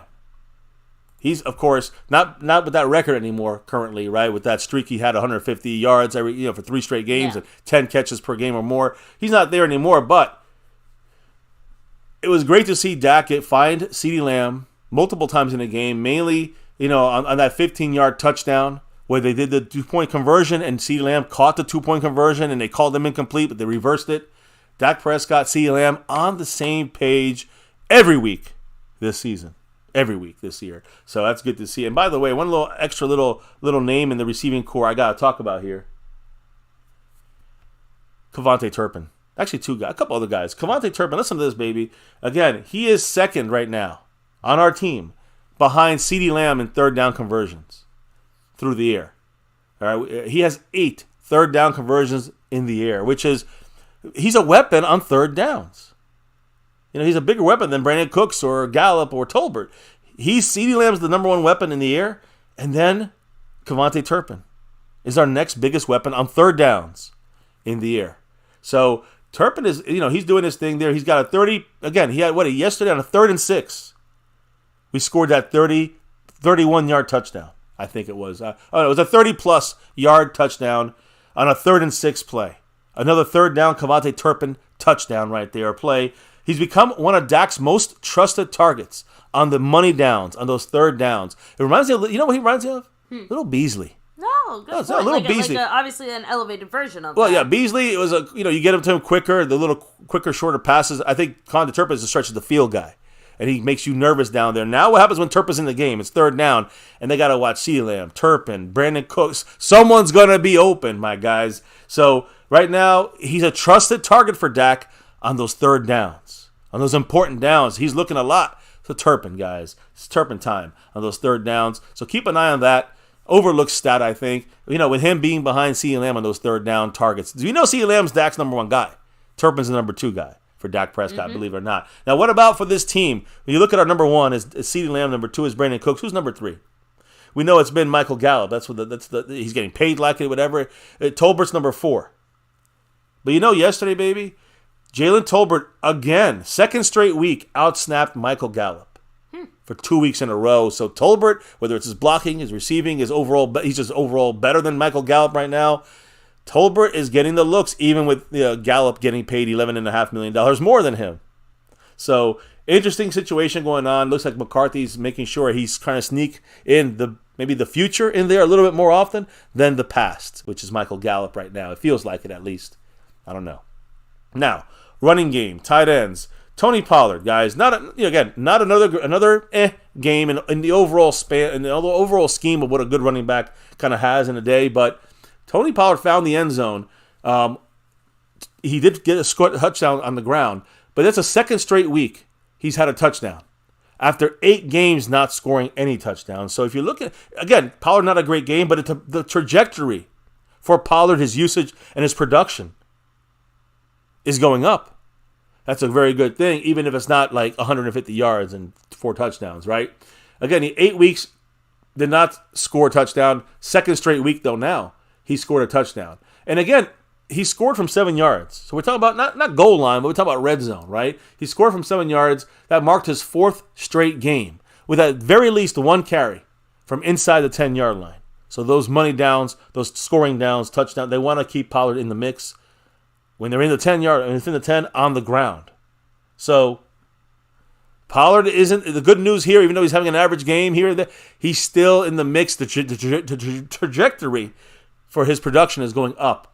And over the last 3 games, Pollard has forced, you got to remember, his missed tackles weren't great, but now, in the last 3 games, he's forced 15 missed tackles. That's just in 3 games. The first 8 games, he only forced 8 missed tackles. In 8 games, 1 a game. Now he's up to 5 a game. So he's making guys miss. He's getting the carries inside the 10. He's scoring touchdowns a little more often now here. And you got to give him credit on one more part of things here, baby, and that is blocking. I mean, you've even said it sometimes in the game. Rico's done a great job, but Tony Pollard is not getting enough credit for how good he's been in pass protection this year as a whole. He's messed up a block or 2, but for the most part, Pollard has been pretty damn good. Again, in pass protection, not just Pollard, but the entire offensive line as well. The Cowboys haven't given up a sack in 3 straight games. All right, and we do know that the Panthers, even though they're not, the pass defense is good, it means they got pressure. They weren't able to get a sack either against the offensive line or against Rico Dowdle or against Tony Pollard. They're doing a great job in pass protection to help the offensive line. These running backs are doing great. Pollard is doing fantastic, still up there. Overall doing a great job there. Now, really quickly, offensive line. I'm going to say this about the offensive line, and let's just say Tyler Smith, who's really the best guy there right now, and Tyron Smith. Yeah. That left side right now, guys, number 73, Tyler Smith, and number 77, Tyron Smith, are playing at an extremely high level on that left side right now. It is tough to imagine right now in the NFL who is playing better as a left guard and a left tackle in the NFL, or even anywhere, a right side, the combo of 2 guys on that one side. Is there a better combination in the NFL on any side? The answer is, I don't think so. I don't think so at all. And this whole Mike McCarthy plan about Tyron Smith and not playing him, not practicing during the week, it's perfect. It's perfect, guys. Tyron Smith's wrecking it out there. Tyler Smith is wrecking it. That left side is wrecking it. And one last thing I wanted to say when it comes to the offense, one last player or position. It's the tight end position. And Jake Ferguson. Dak Prescott and Jake Ferguson are on the same page as well. They're locked in together. Great job yesterday connecting most of the time Dak with Ferguson when he's looking for a tight end. We know we got Schoonmaker as well, but Ferguson is just a weapon for Dak, another weapon for Dak, and in a lot of different ways you can go down the field or dump it down. But we got great weapons on this team, and the play call finally is matching the weapons we have on the team. McCarthy finally woke it up after the break. The 6 highest graded players on offense for the Cowboys against Washington. Dak Prescott, of course, number 1 on the team. Kevontae Turpin was 2nd. Tyron Smith was 3rd. Sean McEwen, believe it or not, even though he had 1 mistake, was 4th. And Jalen Brooks, number 83, along with Tyler Smith, were tied for 5th. So great stuff there from our top 5-6 offensive players. What about defense now? The 5 highest graded defensive players right now for the Cowboys against Washington: Osa Odigizua, who I believe had his best game of the year. Micah Parsons was 2nd. Wanye Thomas, who stepped in there for Jaron Kearse, was 3rd. Dorrance Armstrong had another great game, was 4th. And, of course, Deron Bland, 5th on this list. He was burned all day. That's why his numbers went down. But, of course, he had that big pick 6. Now, when it comes to the defense, baby, you know what this defense has done? They haven't allowed a 100-yard receiver, running back of 100 yards, or a quarterback of over 300 yards. That record has now been broken or snapped. Because yesterday the Cowboys allowed a 100-yard receiver for the first time this year. Yesterday, Commanders receiver... Kind of weird that it happened against this team. I know, but not really many receiving threats. Curtis Samuel, he had 9 catches for exactly 100 yards. So he got it by 1 yard. He was the first receiver to get 100 yards. Still no running back has got over 100 yards this year, and no quarterback has thrown for over 300 yards against our defense this year. So Defense still holding it down. And again, this Curtis Samuel thing, he's just slipped by a yard. I also want to throw out there that that's just how good our Cowboys have been playing, that when they have a game that even comes close to having a situation like this, we're sitting there like, God damn it. So I'm just saying that it speaks to the caliber of this team, even against shitty teams. Yeah. We're playing on a different level. Our expectations for this team have risen higher. Yeah, different level is correct. And I think this defense as a whole, even though they have some issues and they play slow and they make mistakes, they still have the talent to make it back up. Here's the crazy thing. Yesterday, you know how many total touchdowns Washington Commanders have? If you look at the score, you can figure it out. They had one yesterday. One touchdown in the game. The Cowboy defense had one touchdown in the game as well. Just saying, that's kind of usually rare when the defense is almost outscoring the offense of the other team. And also, Ron Bland has more touchdowns than some receivers. Yeah. Oh, I'm the league. going through the list soon. Don't worry, I'm going through that list. So you see, again, we talked about Marquise Bell on defense, getting injured, coming back. He looks fine. He'll probably be on the injury report. Same thing with Tyrus Wheat. Walked off the field on his own power. He's going to be okay, but he'll probably be on the injury report as well. But then we go on here and see some of the players some of the quicker players. Quick glance on a couple of players here on our defense yesterday.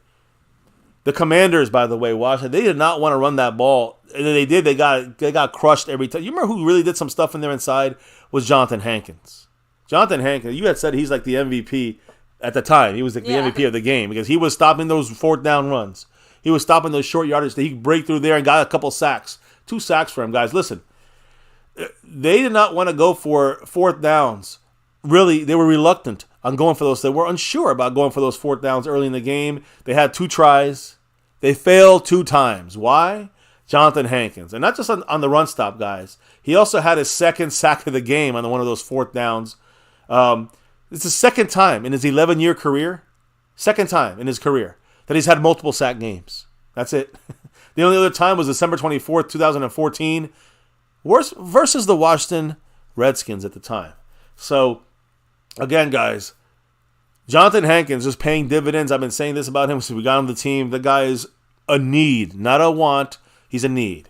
And you can see why after this game he had again. He's teaching Mozzie Smith to hopefully be that way in the near future. Another guy on the defensive line that's doing dominance in there. I know we talked about Dorrance Armstrong and other guys, but it's Osa Odigizua. Osa had his best game, I think, as a pro with the Cowboys. He recorded 7 pressures, 6 hurries, 5 run stops, and 1 quarterback hit. I think he almost got a sack as well. The best game Osa has played, I think, in his career. So big shout-outs to Osa Odigizua, number 97. Just keeps being right there in the mix of the top interior defensive lineman. He's not going to be scary, but he's solid. And that's good to know. We got someone solid there with the other guys in the mix on the defensive line. Also, secondary-wise, the replacement for Jaron Kearse, number 30, Wanye Thomas, got to give him a shout-out in this game. The guy came in and played a very solid game. I mean, he seemed to cover better than Deron Bland yesterday. He continues to make the most out of his opportunities. He deserves more playing time on that field.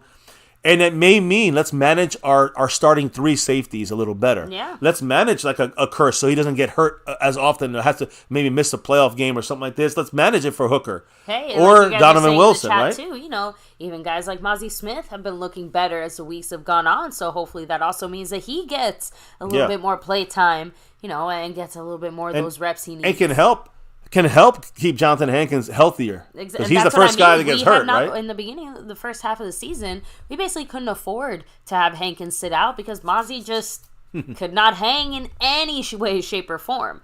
Now it's obviously a little bit different that Mozzie is able to hold his own a little bit better. Hankins can take those 1-2 snaps, breaks that, help him maintain the whole year. To this point. Yeah, I mean, the thing is, whether it's, again, I do agree with Mozzie and Wanye Thomas getting these guys some reps, but also remember, we played easier teams. I'm going to keep reminding us that because, yes, they're still doing against NFL-level guys, but they're not as good as the Eagles' offensive line, the Niners' offensive line. Disagree. No, so I'm just saying, we still may need more Hankins that day. We may need more Kearse that day, in order to get more Hankins or more Kearse, you got to get these guys in a rotation. Exactly. We need Mozzie taking those extra snaps now. You're right. 100% right. And that's what we got to see these last 3 weeks, baby. We got to see these guys that can step up and help out the starters. That's the important thing. Now, finishing up on the defense. This is the end of the guys. We're almost done, so get your last comments, your last drops of love, your knowledge, whatever. Get them out, because we're finishing it up here with a couple. Again, we got Micah spoke, and we got to talk about the defense. The best two guys on our defense. You know who's coming up. We have two legitimate defensive player of the year guys, contenders on our defense right now. We know who they are. Micah Parsons, DaRon Bland. No question, no diggity, no doubt. DaRon Bland, guys, 7 interceptions, 5 pick sixes, 6 pass breakups this year, 36.9 passer rating when you target DaRon Bland, and he has a 91.2 coverage grade by PFF. That is lockdown, dominance, defensive player of the year kind of numbers. Look over at Micah. Micah, 71 pressures, 13 sacks, 47 hurries, 21 stops. Also has a 34% pass rush win rate. That was just entering week 12. He did better. I think he got was he 30, 38%? I don't know. He was up there again with the pass rush win rate. This is domination from both these guys. And let me start with Micah Parsons, baby. Again, week 12 against Washington. Let's hear some of his numbers out there. All right? Go ahead. 9 pressures, 6 hurries, 2 sacks, 20.9% pass rush. I guess it was a little lower there. He went down a percent or two, but on the overall for the year. But he had a 20.9% pass rush win rate. I can make a claim some of that was him being held in this game. When you look at NFL players right now with at least 11, let's just put some best of Micah up over last year there. When you look at Micah Parsons, with NFL players with at least 11 or more sacks in each of their first 3 years, you got to have some consistency right off the start. Micah Parsons has done it. The Colts' Dwight Freeney has done it. And the Eagles' Reggie White, the Minister of Defense. Those are the only three guys that have ever had 11 or more sacks in each of the first 3 seasons. Not TJ Watt, not Bosa's, not no one. So, again, when you look at this, guys, Micah Parsons, this is just in the previous year, but we'll show some of his stuff later on again about him being held. But even then, you can see him getting pressure, even when he's getting held. He's getting stats, even when they're fucking 2 guys, 3 guys holding him. There is no NFL pass rusher in the NFL right now, in my opinion, that has a better inside move than Micah Parsons. I think he's one of the best at this. He uses his speed and power and timing. Perfection-wise with Micah. I mean, again, when we'll watch him, and watch him when he lines over the A-gap center interior guards, watch what he does. Watch the trickery he does. There's a lot of space for him to dance. They got to have 3 guys on him. Everybody else is getting single blocked. I mean, that's how scary it is when Micah's coming at you. So, again, when we talk about Micah, you see the greatness here. But, again, yesterday, to me, a lot of the greatness was hidden. A lot of it was hidden, guys, by what I believe is holding penalties. And it's 4 holding penalties and one hands to the face, obviously. They were just allowing Micah to get beat up out there. Micah, like I said, was mad about it. McCarthy had to talk to him about his frustrations here after the game, about being held and not getting any penalties. Guys, let me just explain something to you. Micah Parsons did not draw one single penalty this game. Not one against the Commanders. When you review his film, he had 64 snaps. 64 snaps, run or pass. Should have had 5, and these are the 5 I'm talking about. One of them was for a touchdown, and they didn't call it. This is obviously double hold here. Let's just both hold them. Just so many holding penalties. Here's a snapshot of each hold. You see the hold there. You see some hands to the face. You see another hold here. Another hold, almost about the same situation. Charles Leno couldn't stop holding him. And then here, a double hold there by the Washington Commanders. Micah Parsons, he's got to, in my opinion, and I don't know if there's a stat for this, he must lead the NFL in penalties committed that were not called. Like he has to have the most penalties not called. When it comes to his opponents, the way they block him. It does feel that way. I just don't get it. I don't understand it, and it just seems like it's over. It's to a point where they're gonna have to start sending a letter, sending this video package to the NFL, and it's not gonna change anything. But keep watching for the next game and the next game and the next game. By the playoffs, you gotta have this ingrained in the fucking referee's mind. When this shit happens, call the fucking flags, throw the goddamn flags, and that's that. I don't understand why it's not happening. Micah's not that deceitful. It's not that hard to see when he's getting held, bear hugged by number 87 right there, the tight end. Just be quick. I mean, just come on, guys. It gets upset. One play they miss, all right. But 5 like this, obvious plays. This is a major issue, not just this game, but all fucking year. And not with every player. But against Micah Parsons, they don't call flags against the opponent. As often as they should, obviously. NFL offensive tackles currently are allowed to hold Micah Parsons without any repercussions pretty much most of the time. It's frustrating. It's annoying. Micah's pissed. Micah was vocal about that in the game. You see that slap to the head. He looks at the ref, says, "What the fuck?" He's holding his head. Like, how can you not see that shit? He looks right at the ref. Watch the second play. This is the first play. Watch the second play. Tell me what Micah does after getting slapped in the head. He looks right at the ref. Here he comes. Whap. Looks at the ref. Yeah. Come on, ref. Come on. Come on, man. So, any comments on this from the chat, baby? Since I know... Seabass saying it, either they're blind or over-aggressive with the flags, and that's all you get in the games with the Cowboys, at home and away.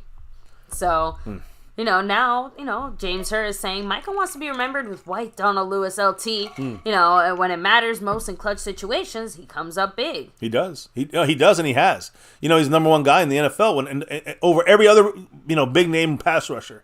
Micah makes the most plays in the fourth quarter. Throwing out there, that is so fucked up. It is. It's upsetting. I'm sorry, guys. I really don't want to upset you guys about this, but it's something that has to be shown, has to be known. It just sucks because on one hand, it is a valid and fair point, but on the other hand, we all know it. We don't want to turn into those bitch-ass fans who are constantly complaining over flags and the refs and that stuff. So, but if any fan watches this from any team, they got to see that. Yeah, but it still feels like we're almost asking for it or looking for it. Like, I don't know. It's hard when it's happening so blatantly and so repeatedly, too. Agreed. It's not like it's a one-off instance. Like, this is basically just the most graphic instance of something that's been happening all season. And even before that.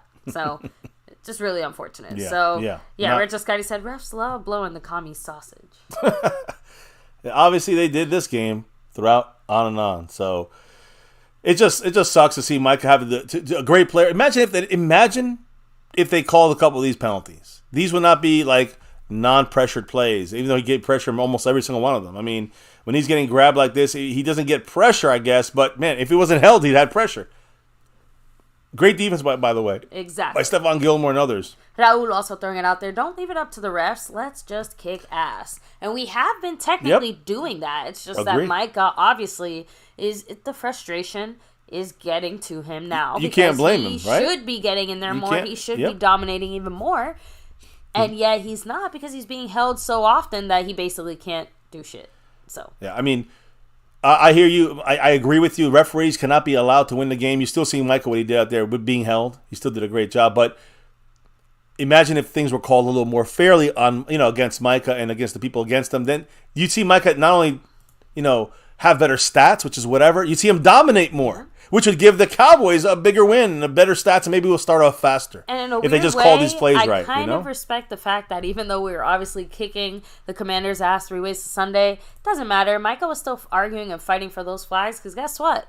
He knows the same thing we do. If you don't argue for it now, guess what's going to happen in a game that matters when a play doesn't go the way that it should when you know you were clearly being held or some other disrespectful shit. Yeah, it's not going to change for this game, but changing it for the future is what's important. And he really wasn't vocal in his first 2 years about being held once in a while. And even this season, we only saw once last week, I was going to bring it up. Last week, he was adamant. And multiple times he was held and not called against the Carolina Panthers. And now it's happening again. It's starting to build on him again. And he's like, okay, this is 2 straight weeks. It's obvious. I'm speaking out. McCarthy's like, okay, we got you. Yeah. 3 strikes, you're out. Let's see what happens listen, again. Right now, So, baby, what did Micah say? Because Micah spoke after the game. And he said some things, right? Well, he really just said one little... or at least one thing. It was actually really nice. It was on Twitter. So, first of all, he was feeling very thankful for his teammates. He reposted the Deron Bland kind of little NFL history celebration that the official Dallas Cowboys social media page posted. And he said, so much greatness on this team.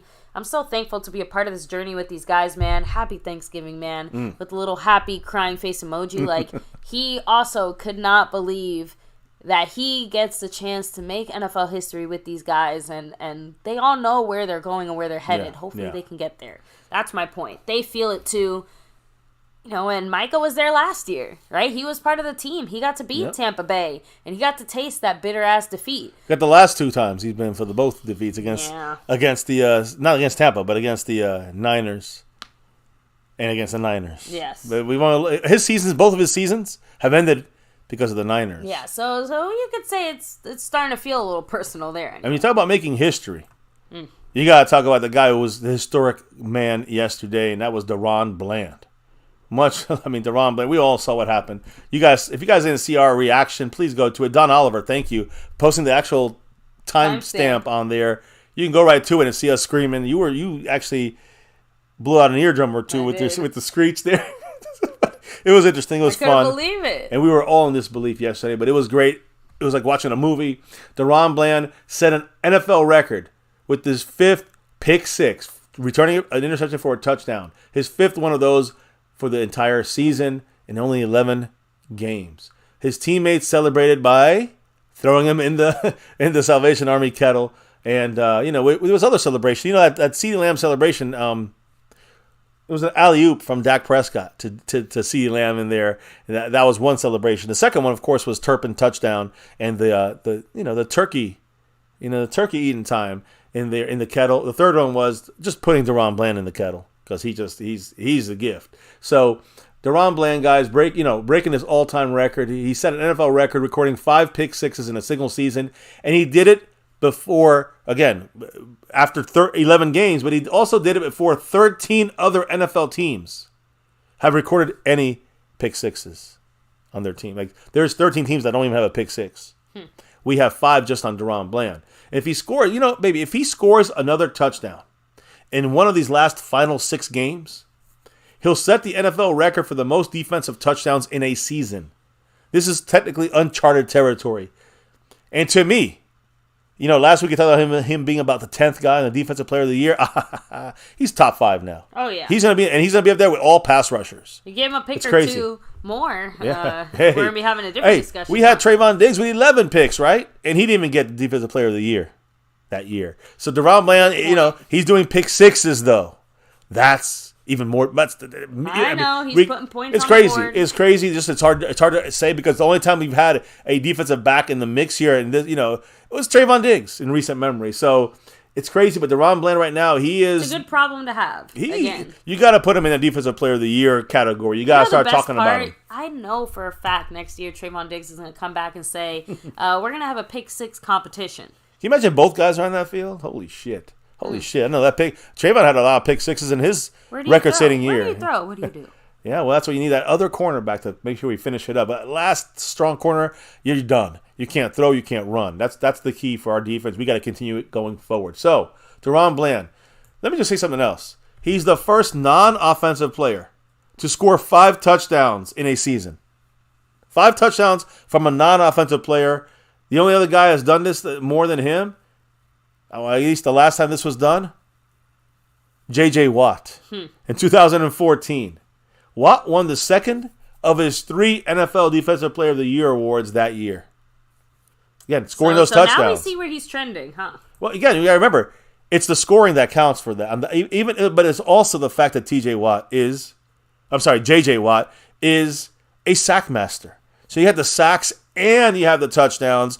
That's how he beats out someone like Bland in this mix. And that's how you can see, like, another guy if Myles Garrett gets 22 sacks, how is that going to compete against DaRon Bland's, 5 pick sixes or more, right? If he gets 6 pick sixes or 7 pick sixes, okay. Now you put him at the top of the list there with Micah and maybe Garrett. And that's it. I don't know. It's crazy what's happening. We'll get to it when we get to it at that point, but easily top 3, if not, top 1, depending on who you ask or when you ask. You look at this now. Listen to this, baby. Rod Woodson. I know you know Rod Woodson from the Steelers. Rod Woodson has the most career pick sixes in NFL history. He has a total of 12 in his career. DaRon Bland has 5 pick sixes in 11 games in one season. So, again, a couple more pick sixes here and there. He may be flirting with the all-time record there and a career of pick sixes with Rod Woodson. Yes, Hall of Famer Rod Woodson. So, just Some more greatness there from number 26, DaRon Bland. And, you got to give big-time credit to his coaching staff because in that celebration, in DaRon Bland, he's getting put in that bucket. You guys see who's in the center of the pile? I mean, McCarthy just said to everybody, it was funny because McCarthy just go. If we get a penalty, just go. It don't matter. It's worth the fucking penalty. He just sent everybody to him. And a lot of people came out there. Turpin ran on the field. And other offensive players ran on that field. But you know who else ran on that field? Defensive backs coach Al Harris. This guy was added on here with Quinn.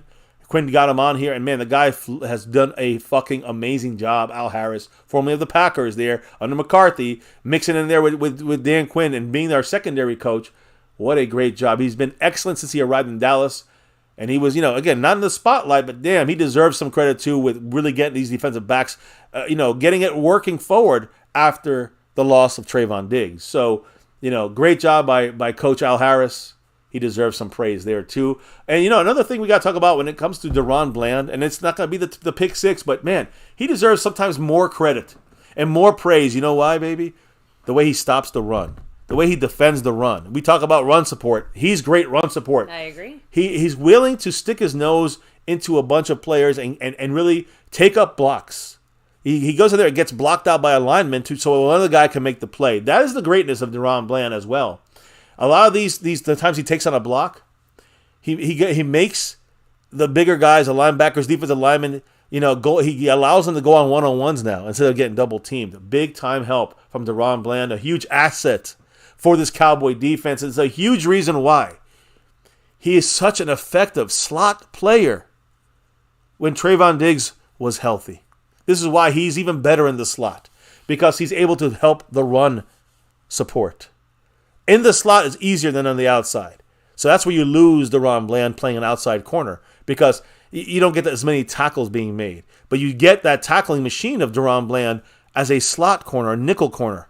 And that's where he usually will play when you have Trayvon Diggs on that field. So just I want to throw it out there when it comes to DaRon Bland. And, I also want to throw in here some video of what he's done this year. Here's in the slot. That's where he'd make some tackles. But this is his first pick of the year against the Giants. Boom, off the hit. And that's a TD for Mr. Bland. And that's the first of, again, 5 pick sixes. This is against the New England Patriots. Mac Jones says, let me throw it across my body. Bad mistake. DaRon Bland is there for that pick 6, baby. I mean, we're seeing them all, guys. This is record-breaking history right here for DaRon Bland. That's number 2. Now, this is number 3 against the Rams. Maybe we were here for this one. Ooh, this is a pretty one.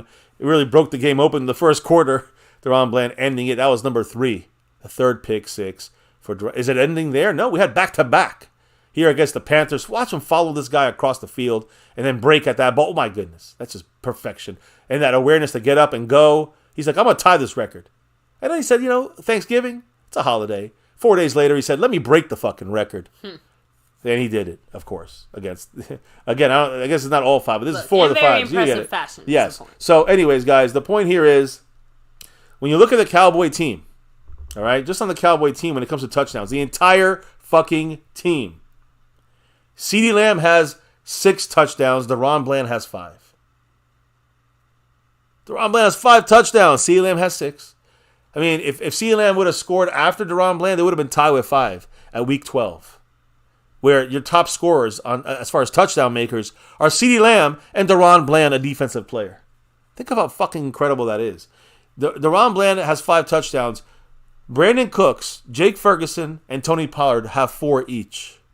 DaRon Bland has more than everybody but CeeDee Lamb on our team when it comes to touchdowns scored. And again, let me reiterate this to everybody so they remember. He's defense. They're not supposed to score. DaRon Bland has more pick sixes this year, baby. Just in 1 year. 5 of them. 5 pick sixes. He has more pick sixes than Kyle Pitts. Sorry, Cleveland Brown. Kyle Pitts has receiving touchdowns in his career. Kyle Pitts in his career in 2 years, 3 years, he's got 4 touchdowns. 4 touchdowns total. DaRon Bland has 5 pick sixes this season. And that means touchdowns. He's got 5 touchdowns to Pitts' 4 touchdowns in his career to DaRon Bland's season. Now listen to this, baby. Like I said, I told you this earlier. There's we talked about the pick sixes, and he has, some teams don't even have a pick. 13 teams don't have a pick 6 yet. But I'm also going to tell you this: the other side of things. As of right now, this moment, there are only 13 wide receivers in the NFL Only 13 that have more touchdowns than DaRon Bland. These are the guys that score the most touchdowns in a season for your team, or wide receivers. Right now, there's only 13 wide receivers better than DaRon Bland when it comes to scoring touchdowns. CeeDee Lamb is right above him, and there's 12 other guys in the league at receiver. That's incredible. When you look at the guys that he's better than, listen to the guys he's better than right now. When it comes to scoring touchdowns, he either has, these guys, I'm going to read to you now, either have the same 5 touchdowns or less than defensive player DaRon Bland. These are receivers now, or tight ends. Travis Kelce has less touchdowns than DaRon Bland. Brandon Ayuk, Amon-Ra St. Brown, Brandon Cooks, Devontae Adams, Tyler Lockett, Hollywood Brown, Devontae Smith, and the entire New York Giants wide receiver room together. They have either 5 touchdowns together or less. So DaRon Bland is as good as them or better. Same thing, by the way, when you look at any receiver on the Patriots team. Any receiver on the New England Patriots, they have less than DaRon Bland.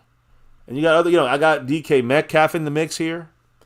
I got Derek Henry running the ball. I'm saying he has equal or less than 5 touchdowns this year. Kyle Pitts. You got, is that Olave? I think he's also less than him right now. Bijan Robinson has less touchdowns than DaRon Bland. I think Waddle has equal or less than DaRon Bland's 5 touchdowns.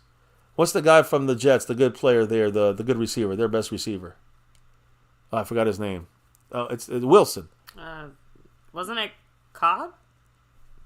No, baby.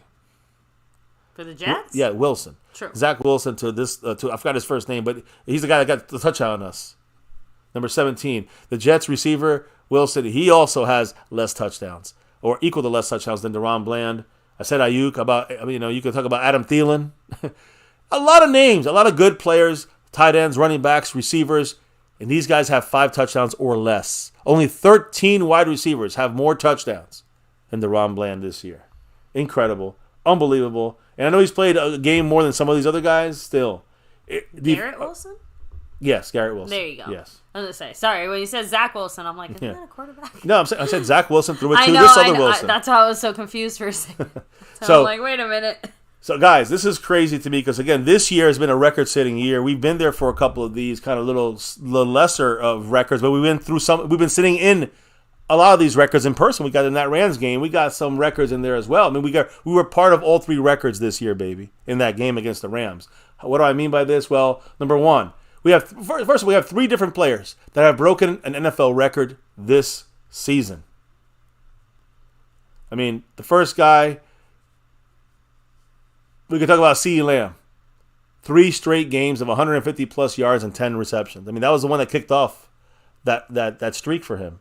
It was against the Rams. We were there for that game. Yeah. So, good to see CeeDee Lamb coming through and starting that streak in front of us. That's a streak in the record books, breaking NFL records right there. Then you also had, of course, DaRon Bland, which we were there for his 3rd pick 6 of his 5. 5 pick 6s. That's a record in the NFL. In NFL history, he shatters that record.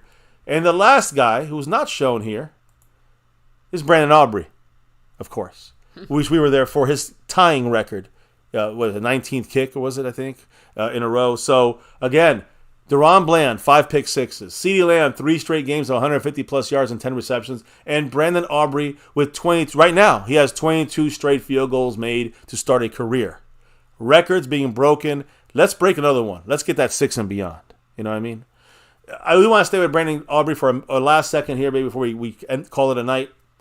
But Brandon Aubrey, he converted a 52-yard field goal. We talked about offense, defense. Let's throw in some special teams love. Anger had some great punts, but Brandon Aubrey converted a 52-yard field goal. He's 22 for 22 this year, Brandon Aubrey, extending the NFL record to most makes without a miss to begin a career.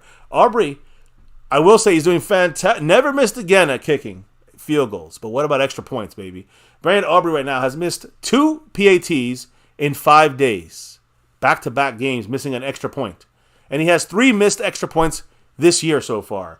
He's missed more extra points and field goals. Yeah, he's not missed a field goal attempt this year. He hooked to yesterday's kick.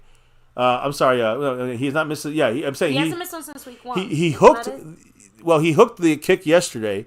No, what? What are you talking about? Did he miss a field goal week 1? Never missed a field goal, baby. Okay. It's just to start your career. I mean, I think you know this already. It's to start your career. He has not missed a field goal in his career yet.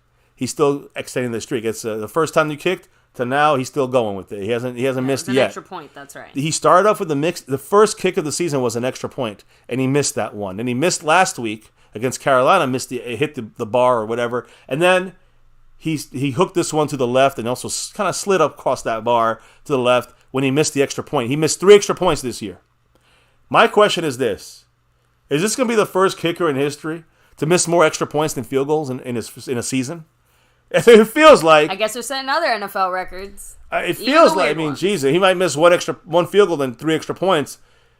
That's incredible. He has to miss 4 extra points to make this thing. 4 field goals to make this thing normal. So incredible. I want to shout him out as well, but he got to get his fucking extra points fixed. You know what I mean? Just get the extra. Come on, focus, my guy, and let's get those 1 points knocked up there. Every point fucking matters, especially in the playoffs. So that's it from me, baby. I mean, and you might have a couple of last things to say, and I know we have the chat. Touched on everything here on my side. I'll make sure to shout out the chat here and give them their proper. Yeah, let's get the last couple of comments here as well. Because we do have to shut it down tonight, but we also have to say, got a big shout out to those that dropped the love from above tonight. Skeptical fan staying skeptical, much love. Jason Renfro gifting a membership. Mary Alvarez gifting 5 memberships in the lead there. And Zach Luna, the drop of the night, second place on the overall board. Much love to the man Mark Hovsepian, 38 points out of 100. Hanging on. He's hanging on.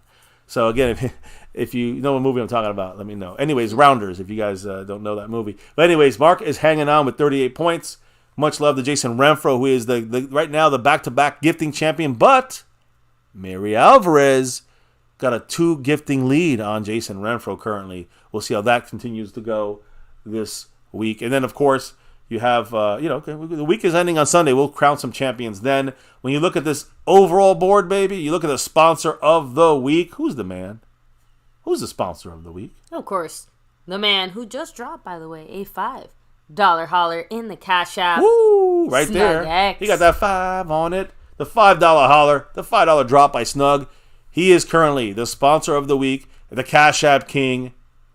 And he's leading both these boards to try to go back-to-back and repeat like our 90s Cowboys. Much love to Snug, who's right now the overall leader. You see him up there. And also the leader in the Cash App board. So as you can see, Snug, he's trying to corral that half of the board and take it all for himself. Currently in the lead over Zach Luna over there by a little bit in first place. And, of course, I think he's in front of Jason Renfro in the Cash App side. So we'll see what happens as the week continues. We got Fan Friday it's a wrap here. It's in the books. And, of course, Saturday, tomorrow, I'm not really sure what we're going to do yet. So, yeah, maybe it's a one-time viewing. Maybe it's just, so keep that in mind. It might be a one-time only. You can't rewind it, so you got to catch us live through the whole thing. Keep an eye for that. We might do a short stream or something like that. We were thinking of maybe actually like taking a break.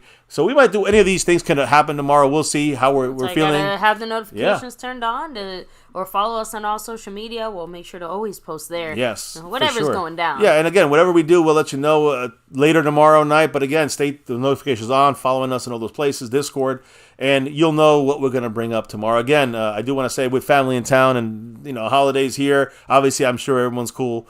Everyone would understand if we took a break tomorrow. But, if we do jump on, it'll probably be a quicker stream, unless it's a party stream. Then we're just having a good time with the family here. We had our time with the family for the day. We'll chill in here with the family at night. So, guys, I appreciate everybody here. Truly do. Again, SnugX, Mark Hovsepian, Mary Alvarez, Jason Renfro, all these boards doing their thing. And, again, those that dropped the love today, now SnugX, Zach Luna, Mary Alvarez, Jason Renfro, and Skeptical Fan, the man Skeptical, staying skeptical. On that note, though, it is a wrap here on My Cowboys Family. Let's hear what the people got to say in the chat, baby, before we call it a night completely and drop out. Shout out to Pioneer, Asmodeus, Cactus G, Thomas Garrett, James Herr, Retro Scotty, Matt Persico, Eric Black, Mary Alvarez. Let me see who else we got here. C. Bass, much love, Raul. Pulling back a little bit more. GM. JB2. Zach Luna. Snug X. Snug. The Hood Patriot. Let me see. Titan Anderson, shout out to you. Titan in the house. Let me see. Is that as far back as I can go? I think so, yep. At least here on my side. So let me come back down. Lost in translation. Have a good one. Take it easy. And again, huge shout out to everyone here chilling, hanging with us. Hit like, subscribe, hit that notification bell. Follow us anywhere and everywhere. But baby, there's a very particular reason why we do what we do. Oh, you gotta do the rest of it then. And I think I know what it is. Well, why don't you let us know, baby, this time? It's that navy blue. Yeah. That silver too. Hell yeah. And that star over everything. Hell yeah, guys. You know the deal here. Win, lose, or draw, good, bad, or ugly. On this channel, we're always repping that star over everything. And here on YouTube for the last 6+ years. Much love to all and welcome to our channel if you're new. But as always, never ever forget the number one thing right here on My Cowboys Family. Say it with us, say it loud, say it proud. Go Cowboys! Let's get that 6 and beyond. We should be back tomorrow, guys. We're definitely closing it out on Sunday. Maybe an earlier stream on Sunday during the games. We'll see. We'll see how things go. Either way, guys, thank you for rocking with us here on a Fan Friday, a victory Fan Friday. And all that stuff in the bottom is going to be taken right off the screen because now it's about the Seattle Seahawks starting tomorrow or whatever day we go live again. It's Seahawk time, and we're going to go dive deep about these Hawks, these Seagulls, and find a way to beat them, beat their asses, pluck them in our home. On that note, guys, thank you. Truly, thank you for dropping your knowledge in the chat all night long. All night. Cannot do this without you guys. 2 cents on our Cowboys. Also, truly humbled by the best fans of all YouTube with your drops of love from above. Your support keeps the thing going here on the nightly. So thank you, guys. On that note, it is time to clock out, drop out, officially here on My Cowboys Family, and relock and reload for another one. Maybe tomorrow, definitely Sunday. Either way, guys, we'll see you back here very soon. And baby, I want you to tell me, what do we got to do before we drop out of here officially? We got to drop the beat. Hell yeah. That beat's been dropped. It's a wrap here on My Cowboys Family. Thank you all once again. Throwing that fire down in the chat. Yeah, Snug X, he's fired up. Much love to you, Asmodeus. Lost in Translation, Pioneer. The wife, always the wife. Cactus G, Skeptical. Appreciate you all, guys. And again, the recap, Victory Fan Friday. It's a wrap right here on My Cowboys Family and this Cowboys chat. Enjoy that time with your family. Enjoy the leftovers from Thanksgiving. Enjoy this 45-10, 35-point destruction of the commies. And then let's turn our attention to the Seattle Seahawks. Because now we get a 5-game stretch, a lot harder than our last 3. That's a guarantee. Here on MCF, I can guarantee you something else. It's always about that navy blue, that silver too, and that star over everything. Never forget the number one thing right here, My Cowboys Family. Much love to everyone, even the haters. Appreciate you all in the house, guys. Hit that like button for the stream. Hit subscribe for the channel. Keep it growing. Hit that notification bell and follow us on social media. I'm My Cowboys Family all over the place, Discord, for those notifications so we know we're going live. Thank you all again for rocking with us, kicking off this holiday weekend. Stay safe, guys. Have a great rest of your night. We'll see you back here tomorrow or the next.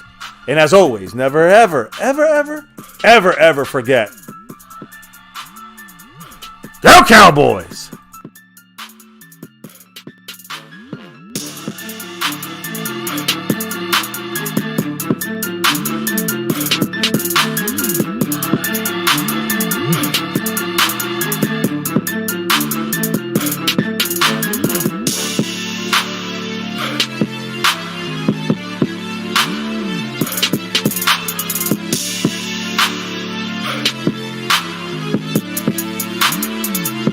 Monk on the beat.